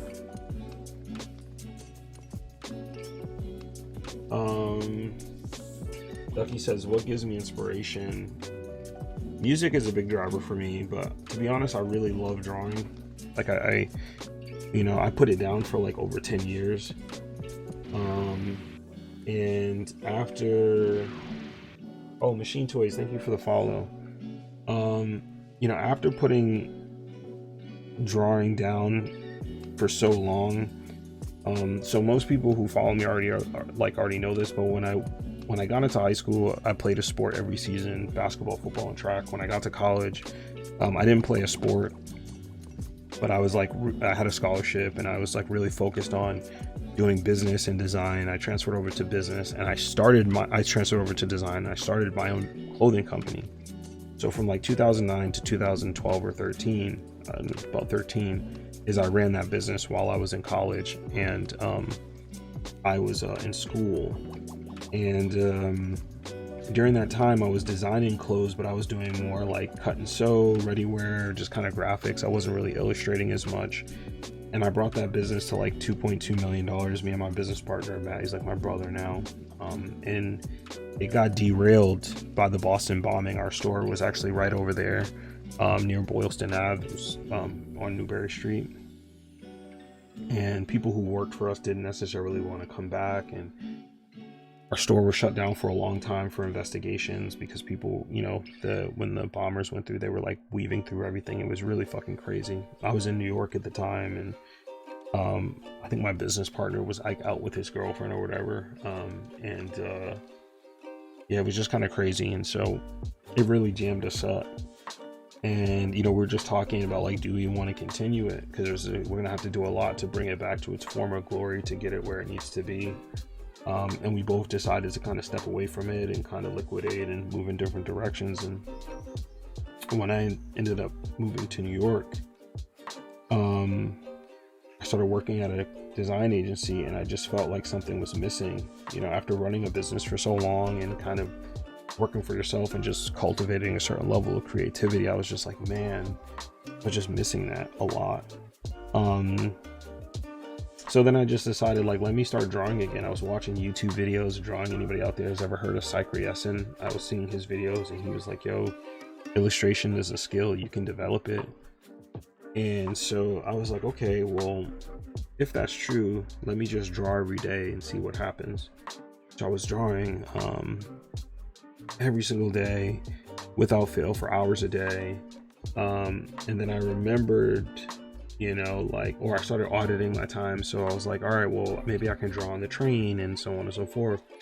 Then I realized, I'm like, I need to be able to critique my work. I need to be able to look at it when I can't draw. So I started posting to Instagram every day and all my drawings, just so I can, like, if I was standing in line to get food, I could critique my work so I can get better at drawing. And then as I just was doing that, my Instagram following started to grow, you know, and it also just started to inspire other people to draw. And the more I was just drawing every day, and the more I realized I was inspiring other people to draw, and then other people to draw other Black people, that just started to inspire me even more. And so because I was doing art every day, I was making up prompts for myself to draw, right? Like making up juxtapositions. And the more I started reading about the African diaspora, so just like where Black people have existed all over the world, it just started inspiring me to tell these stories and start telling what I would say like these little micro stories on my Instagram.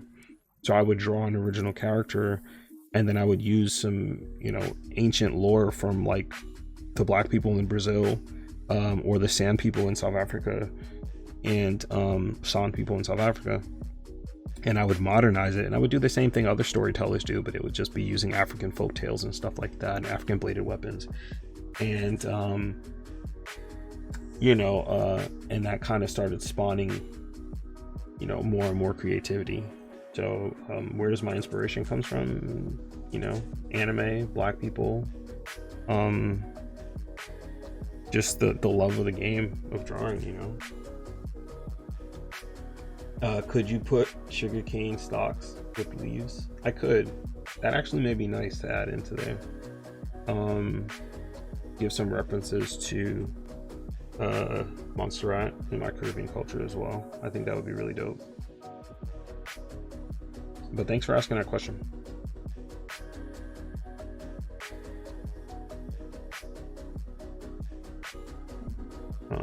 It looks like he's sleeping with his head back. I think that's funny. I like that. And what I would probably do is, the real main focal point is like over here. So I would probably like move this whole thing up right here. But this is just the prop for playing around, so.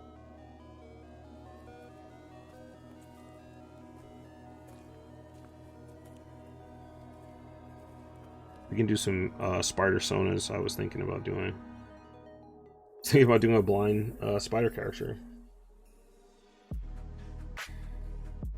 which I thought would be interesting. And then he would kind of have a web cape, and the web cape would actually feel vibrations, and that would, you know, basically that would be how he orients himself, you know.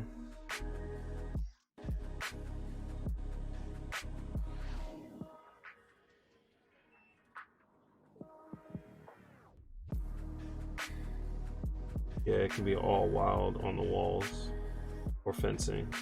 That could be cool. It is kind of a more deserty, arid climate. That's kind of how I envision the stone prison. But this is a dude who's kind of a floor master, is, as you would say, wealthy in this prison. So he could probably afford these kind of extra things. It might add, right, to the understanding of like the sense of hierarchy in this place. The thing that I really want to portray, because the story itself is, like I said, it's about trauma, but like sometimes people use their trauma to strive, right? I feel like I'm one of those people. I grew up around a lot of crazy stuff, and some of those things that created habits in me would, you know, has driven me to be a more driven person, but it's not always healthy. I've had to confront those traumas in my life. So, but it took me a while, and it's still taking me a while to let certain things go. And this story is kind of about that. This kid is going to be thriving in this place, and his father recognizes this is not a place really for you. You have to kind of actually go and live a life. And in order for you to do that, you have to face your fear of that outside world. You have to face your fear of like going into the unknown again. Yeah, and so we just kind of see how this character reacts to that, what it will take to get him out of this place of trauma, you know.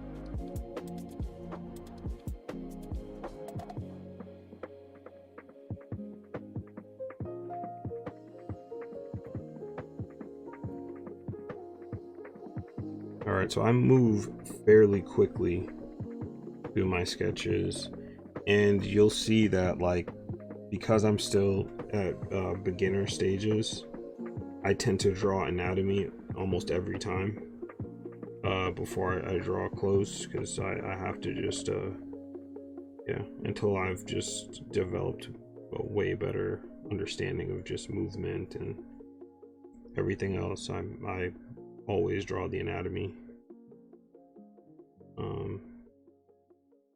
Takes longer, but it's like the only way I can really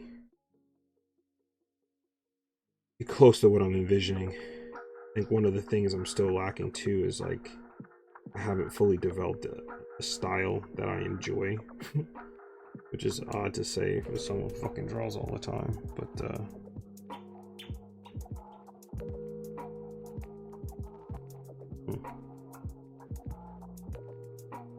like I want to exaggerate more of my features in a more flattering way, but like gotta start thinking about the anatomy structures in an exaggerated way. I think that's good on me. He could water it at times, push people to water his plants, but give him a sense of crazy identity.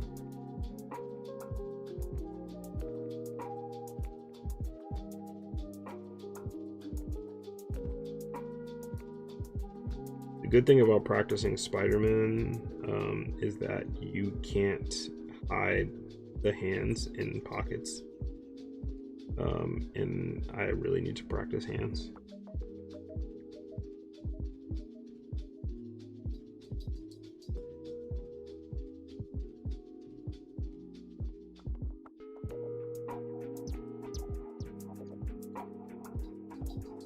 If anybody has any suggestions out there, I'll take it.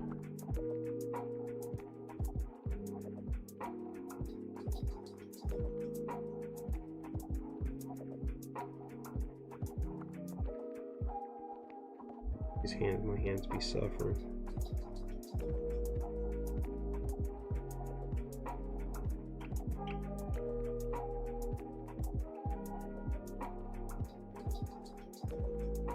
That's one of the things that I found is a big like you can tell the difference between where someone is in their art journey or like how they handle the hands. Like a person can get really far being able to do like all these other forms of anatomy and you can get away with certain stuff, but those hands, they will expose the hell out of you. I've seen that too, like people just, I'm like, oh man, this is dope, and I'm like, oh, that's kind of a weird pose with that hand behind the back, but maybe that makes the person look a little bit more regal. And then you start looking at all the drawings and you're like, I haven't seen one hand in 20 drawings. You're like, and then when they do that one hand, it's suspect. And that's basically me.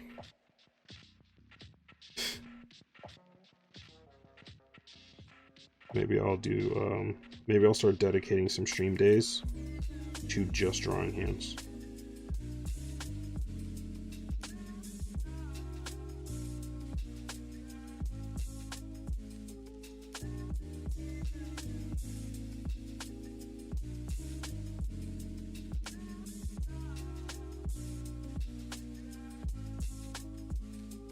Okay, so this is kind of a blind Spider-Man. Interestingly enough, right, we always get the Spider-Man eyes that are kind of like oval shaped. But like, what if we did like, I think spiders have, what, 6 eyes? What if we did like 6 marks that makes the eyes look closed? But I think the thing is with Spider-Man, you like need the eyes for expressions. Hand practice, yeah, we just do like fucking 3 hours of hands. I do have books where I just have hands lined up. But hands are fucking weird. It's like you can sit and practice hands, at least in my experience, and like practice them for like an hour and a half, and you're like, yo, or even a couple of hours, and you're like, yo man, I'm really getting a hang of these hands. And then you go to start drawing your own stuff and you literally start drawing hands the exact same way that you were drawing them before. And I'm like, man. And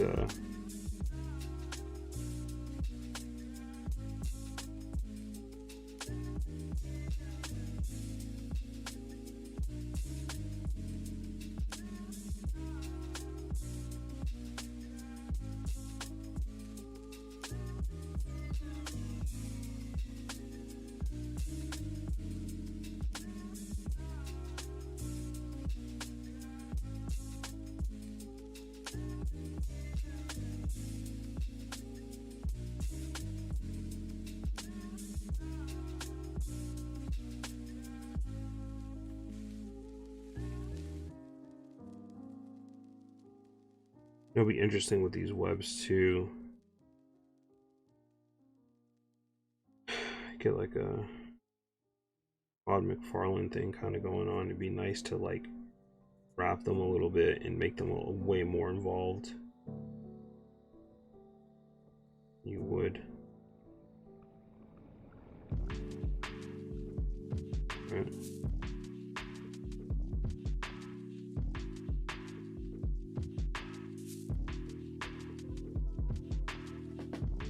And even having the web under here too. Let's see. What would be a really dope spider symbol?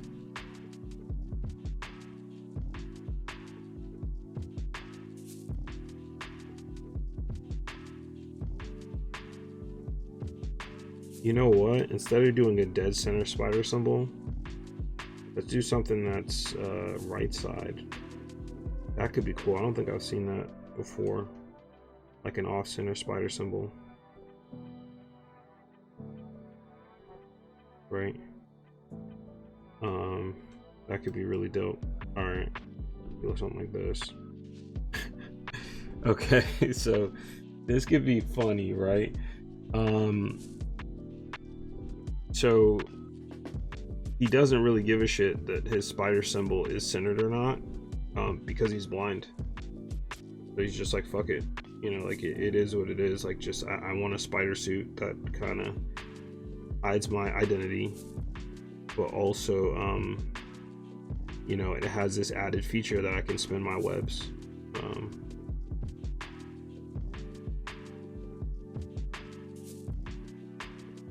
So let's just throw a multiply layer on this so it can looks like it's underneath even though it's not.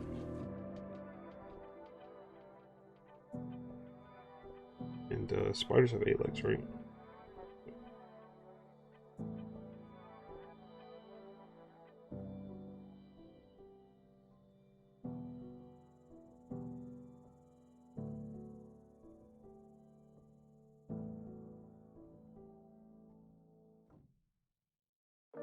Alright, let's actually, let me do this as if I'm a fucking designer. Okay. Alright. Oh, let's do triangles. We'll do the abdomen and up. Do up. Do down.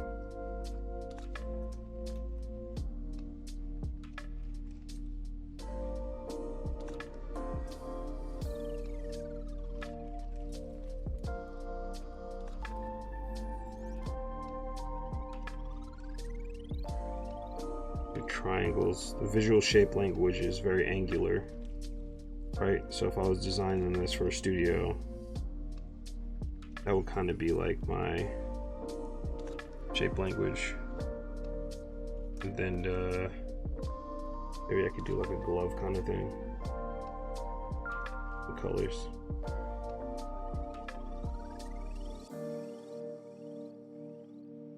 Eight years.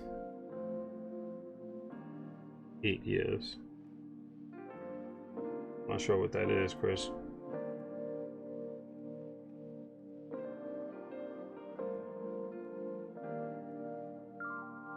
Oh, 8 legs, yeah. Thank you. I can keep up with chat.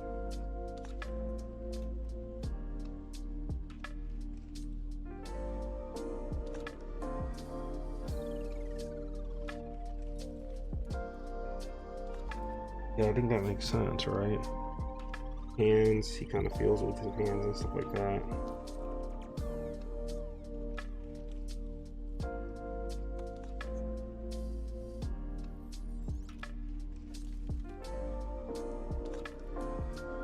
I don't know, I think this looks kind of cool. Alright. Guess he wouldn't web swing like that, right? I mean, he could. If he sends some vibrations and is like, his senses are insanely heightened, you know? He's basically like a Daredevil version of Spider-Man. But it just gives me an opportunity to do something cool with a cape that's kind of like almost like a Batman cape, where it could also like connect to your arms, you know. He could also have a really dope webbed cloak, which could be cool. Yeah.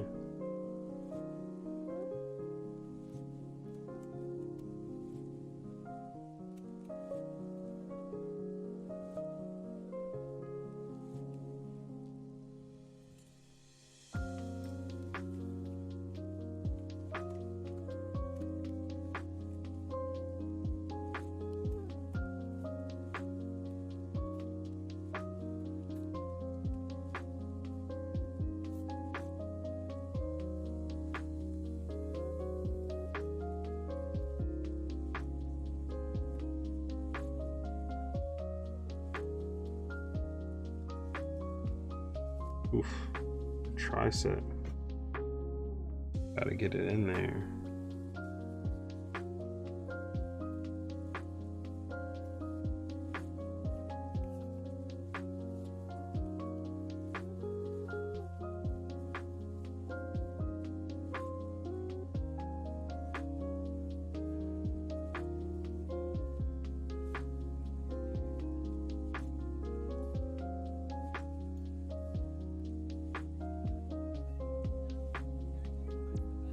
Oh, like wait, let me remember this thing with the ribs and the lats. So my lats are gonna pull down here. They'll curl over around this rib cage.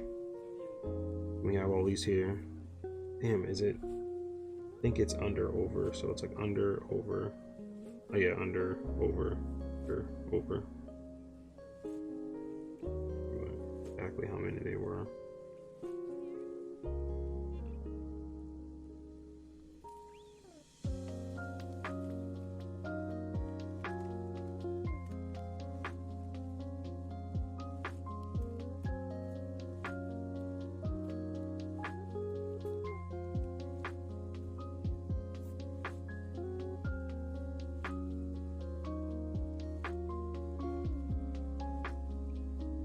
Be cool if I just brought his leg back here. Why not?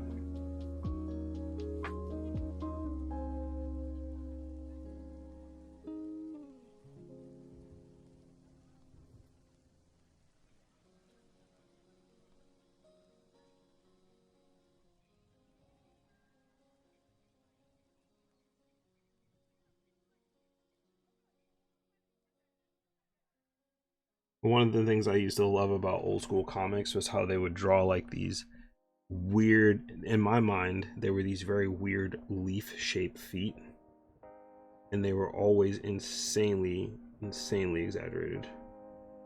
I always thought that that was interesting. At least, especially Todd McFarlane. His Spider-Man, his Spawn had that kind of leaf shape, oblong feet.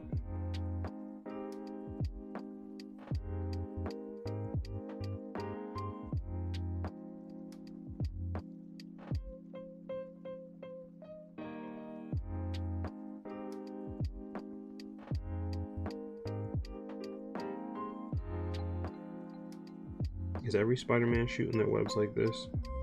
Or can we do something more unique? You wouldn't do something like that. No, that's weird. That's very Spocky. The idea is that he presses a thing down. It shoots out of here.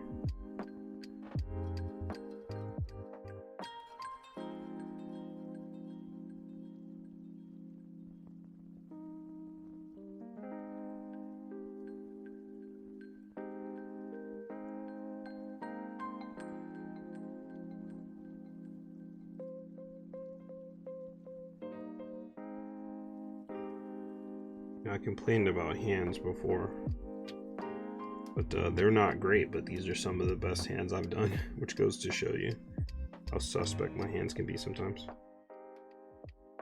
But I switch this arm up a little bit.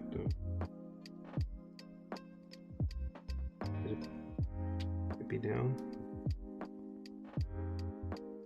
Weird. Maybe out this way. Oh yeah, you see the brackets there. That looks like I know what I'm talking about. Yeah, nice little happy accident. Let's just turn that hand too. There's some visual interest there.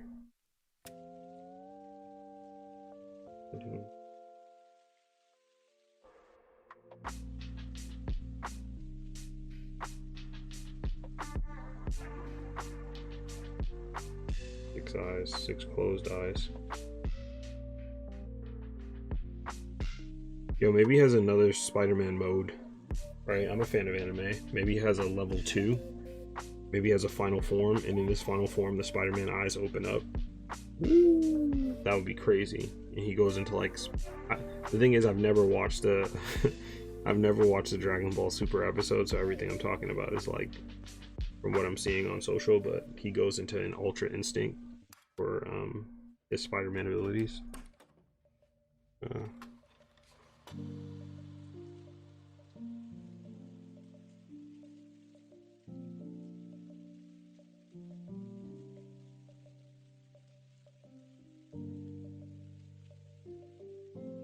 You know, it's interesting. I made a different Spider-Sona, and somebody asked me if they could do a fan movie of it, and I was like, sure.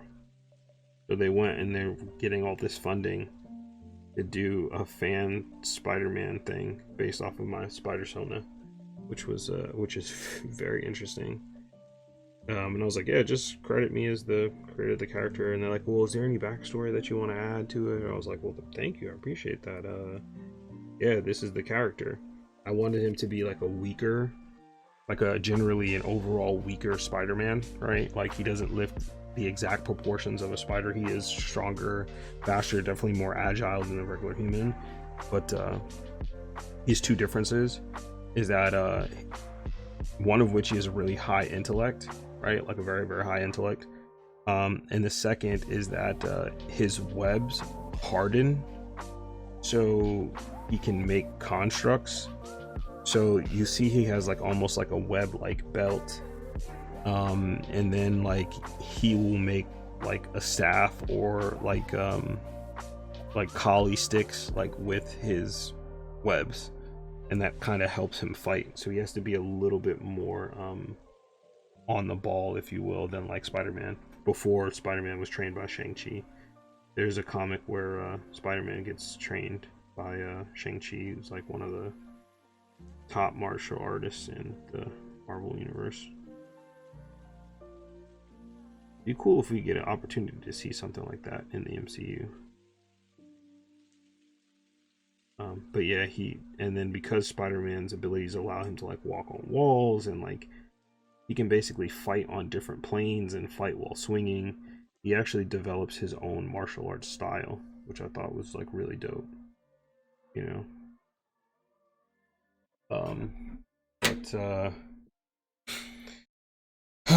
Well, you know what, when Meg raided me, I was actually gonna hop off. This is late for me. It's almost 3 a.m. where I am, but I wanted to continue to draw. I want to continue to push myself because I love the game, as you guys heard before.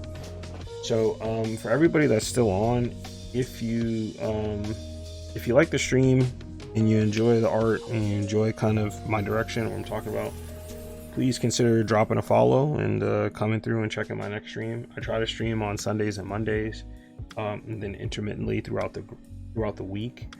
You know, there'll be more things that I have kind of coming in terms of projects. I'll be working on my second book with 4 other artists. On my streams in general, you'll see me working on those books. But also, if you're like a younger artist and you're early on in your path, you know, I do a thing on here called the Eyes of Darkness where I will critique work. So if you hang out for, you know, a couple streams, you get about, I think it's 2,000 channel points, and I'll look at your work and see if I can help you improve it in any problem areas you feel like you're having. And I think there's a couple people who are on chat tonight who I've done that for, and they really enjoyed. And it actually helps me to grow as an artist as well, because I'm like brushing up on things that, you know, I should be practicing every day. Yeah, again, thank you everybody that showed out. Let me show some love to all these new people that are following today. So Infamous Stone, Jutsu Timmy, Azarus, Mystic Soda, Thomas Talk, Ovarian Triss, Green Man, Way Too Toxic, Fancy That, I love that, Fancy That, Eddie Cosmos, Scary King 5, Young Khan, Machine Toys. Again, thank you again so much for coming through. Oh, let me see. Thanks for the stream. This was really great, really cool ideas. I can tell you're really thoughtful. I look forward to more streams. Thank you. I appreciate that. And I'd love to have you here. You know, if you're an artist too, for that next stream, I would love for all the artists to come in and toss their links in the chat. I get super inspired by other artists. As you'll learn, is when I hop on, I love for people to be drawing along and potentially showing their stuff and everything else like that. So, you know, that's gonna be really dope. I think it may be cool to kind of pass on the love, you know what I mean, to some other really dope artists I like to follow and I mess with. Neon Vance, thank you for hopping and chatting. I look forward to seeing you, you know, for the next show. Let's see.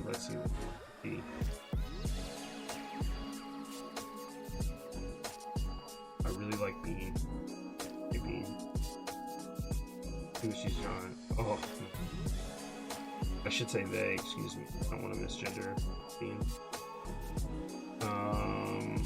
Oh yeah, this is gonna be nice. So Bean's a sick colorist. They have a completely different style from mine, but it's really cool. I like to hop over and get some of the soft brush techniques. I didn't show you guys any of my soft brush stuff because it's not very strong, but maybe I'll practice some of that on stream. But you know, maybe we'll raid Beanie. They're great and such awesome energy, and I hope you guys enjoy hopping over there. And again, thank you so much, and I hope everybody enjoyed the stream. That was great.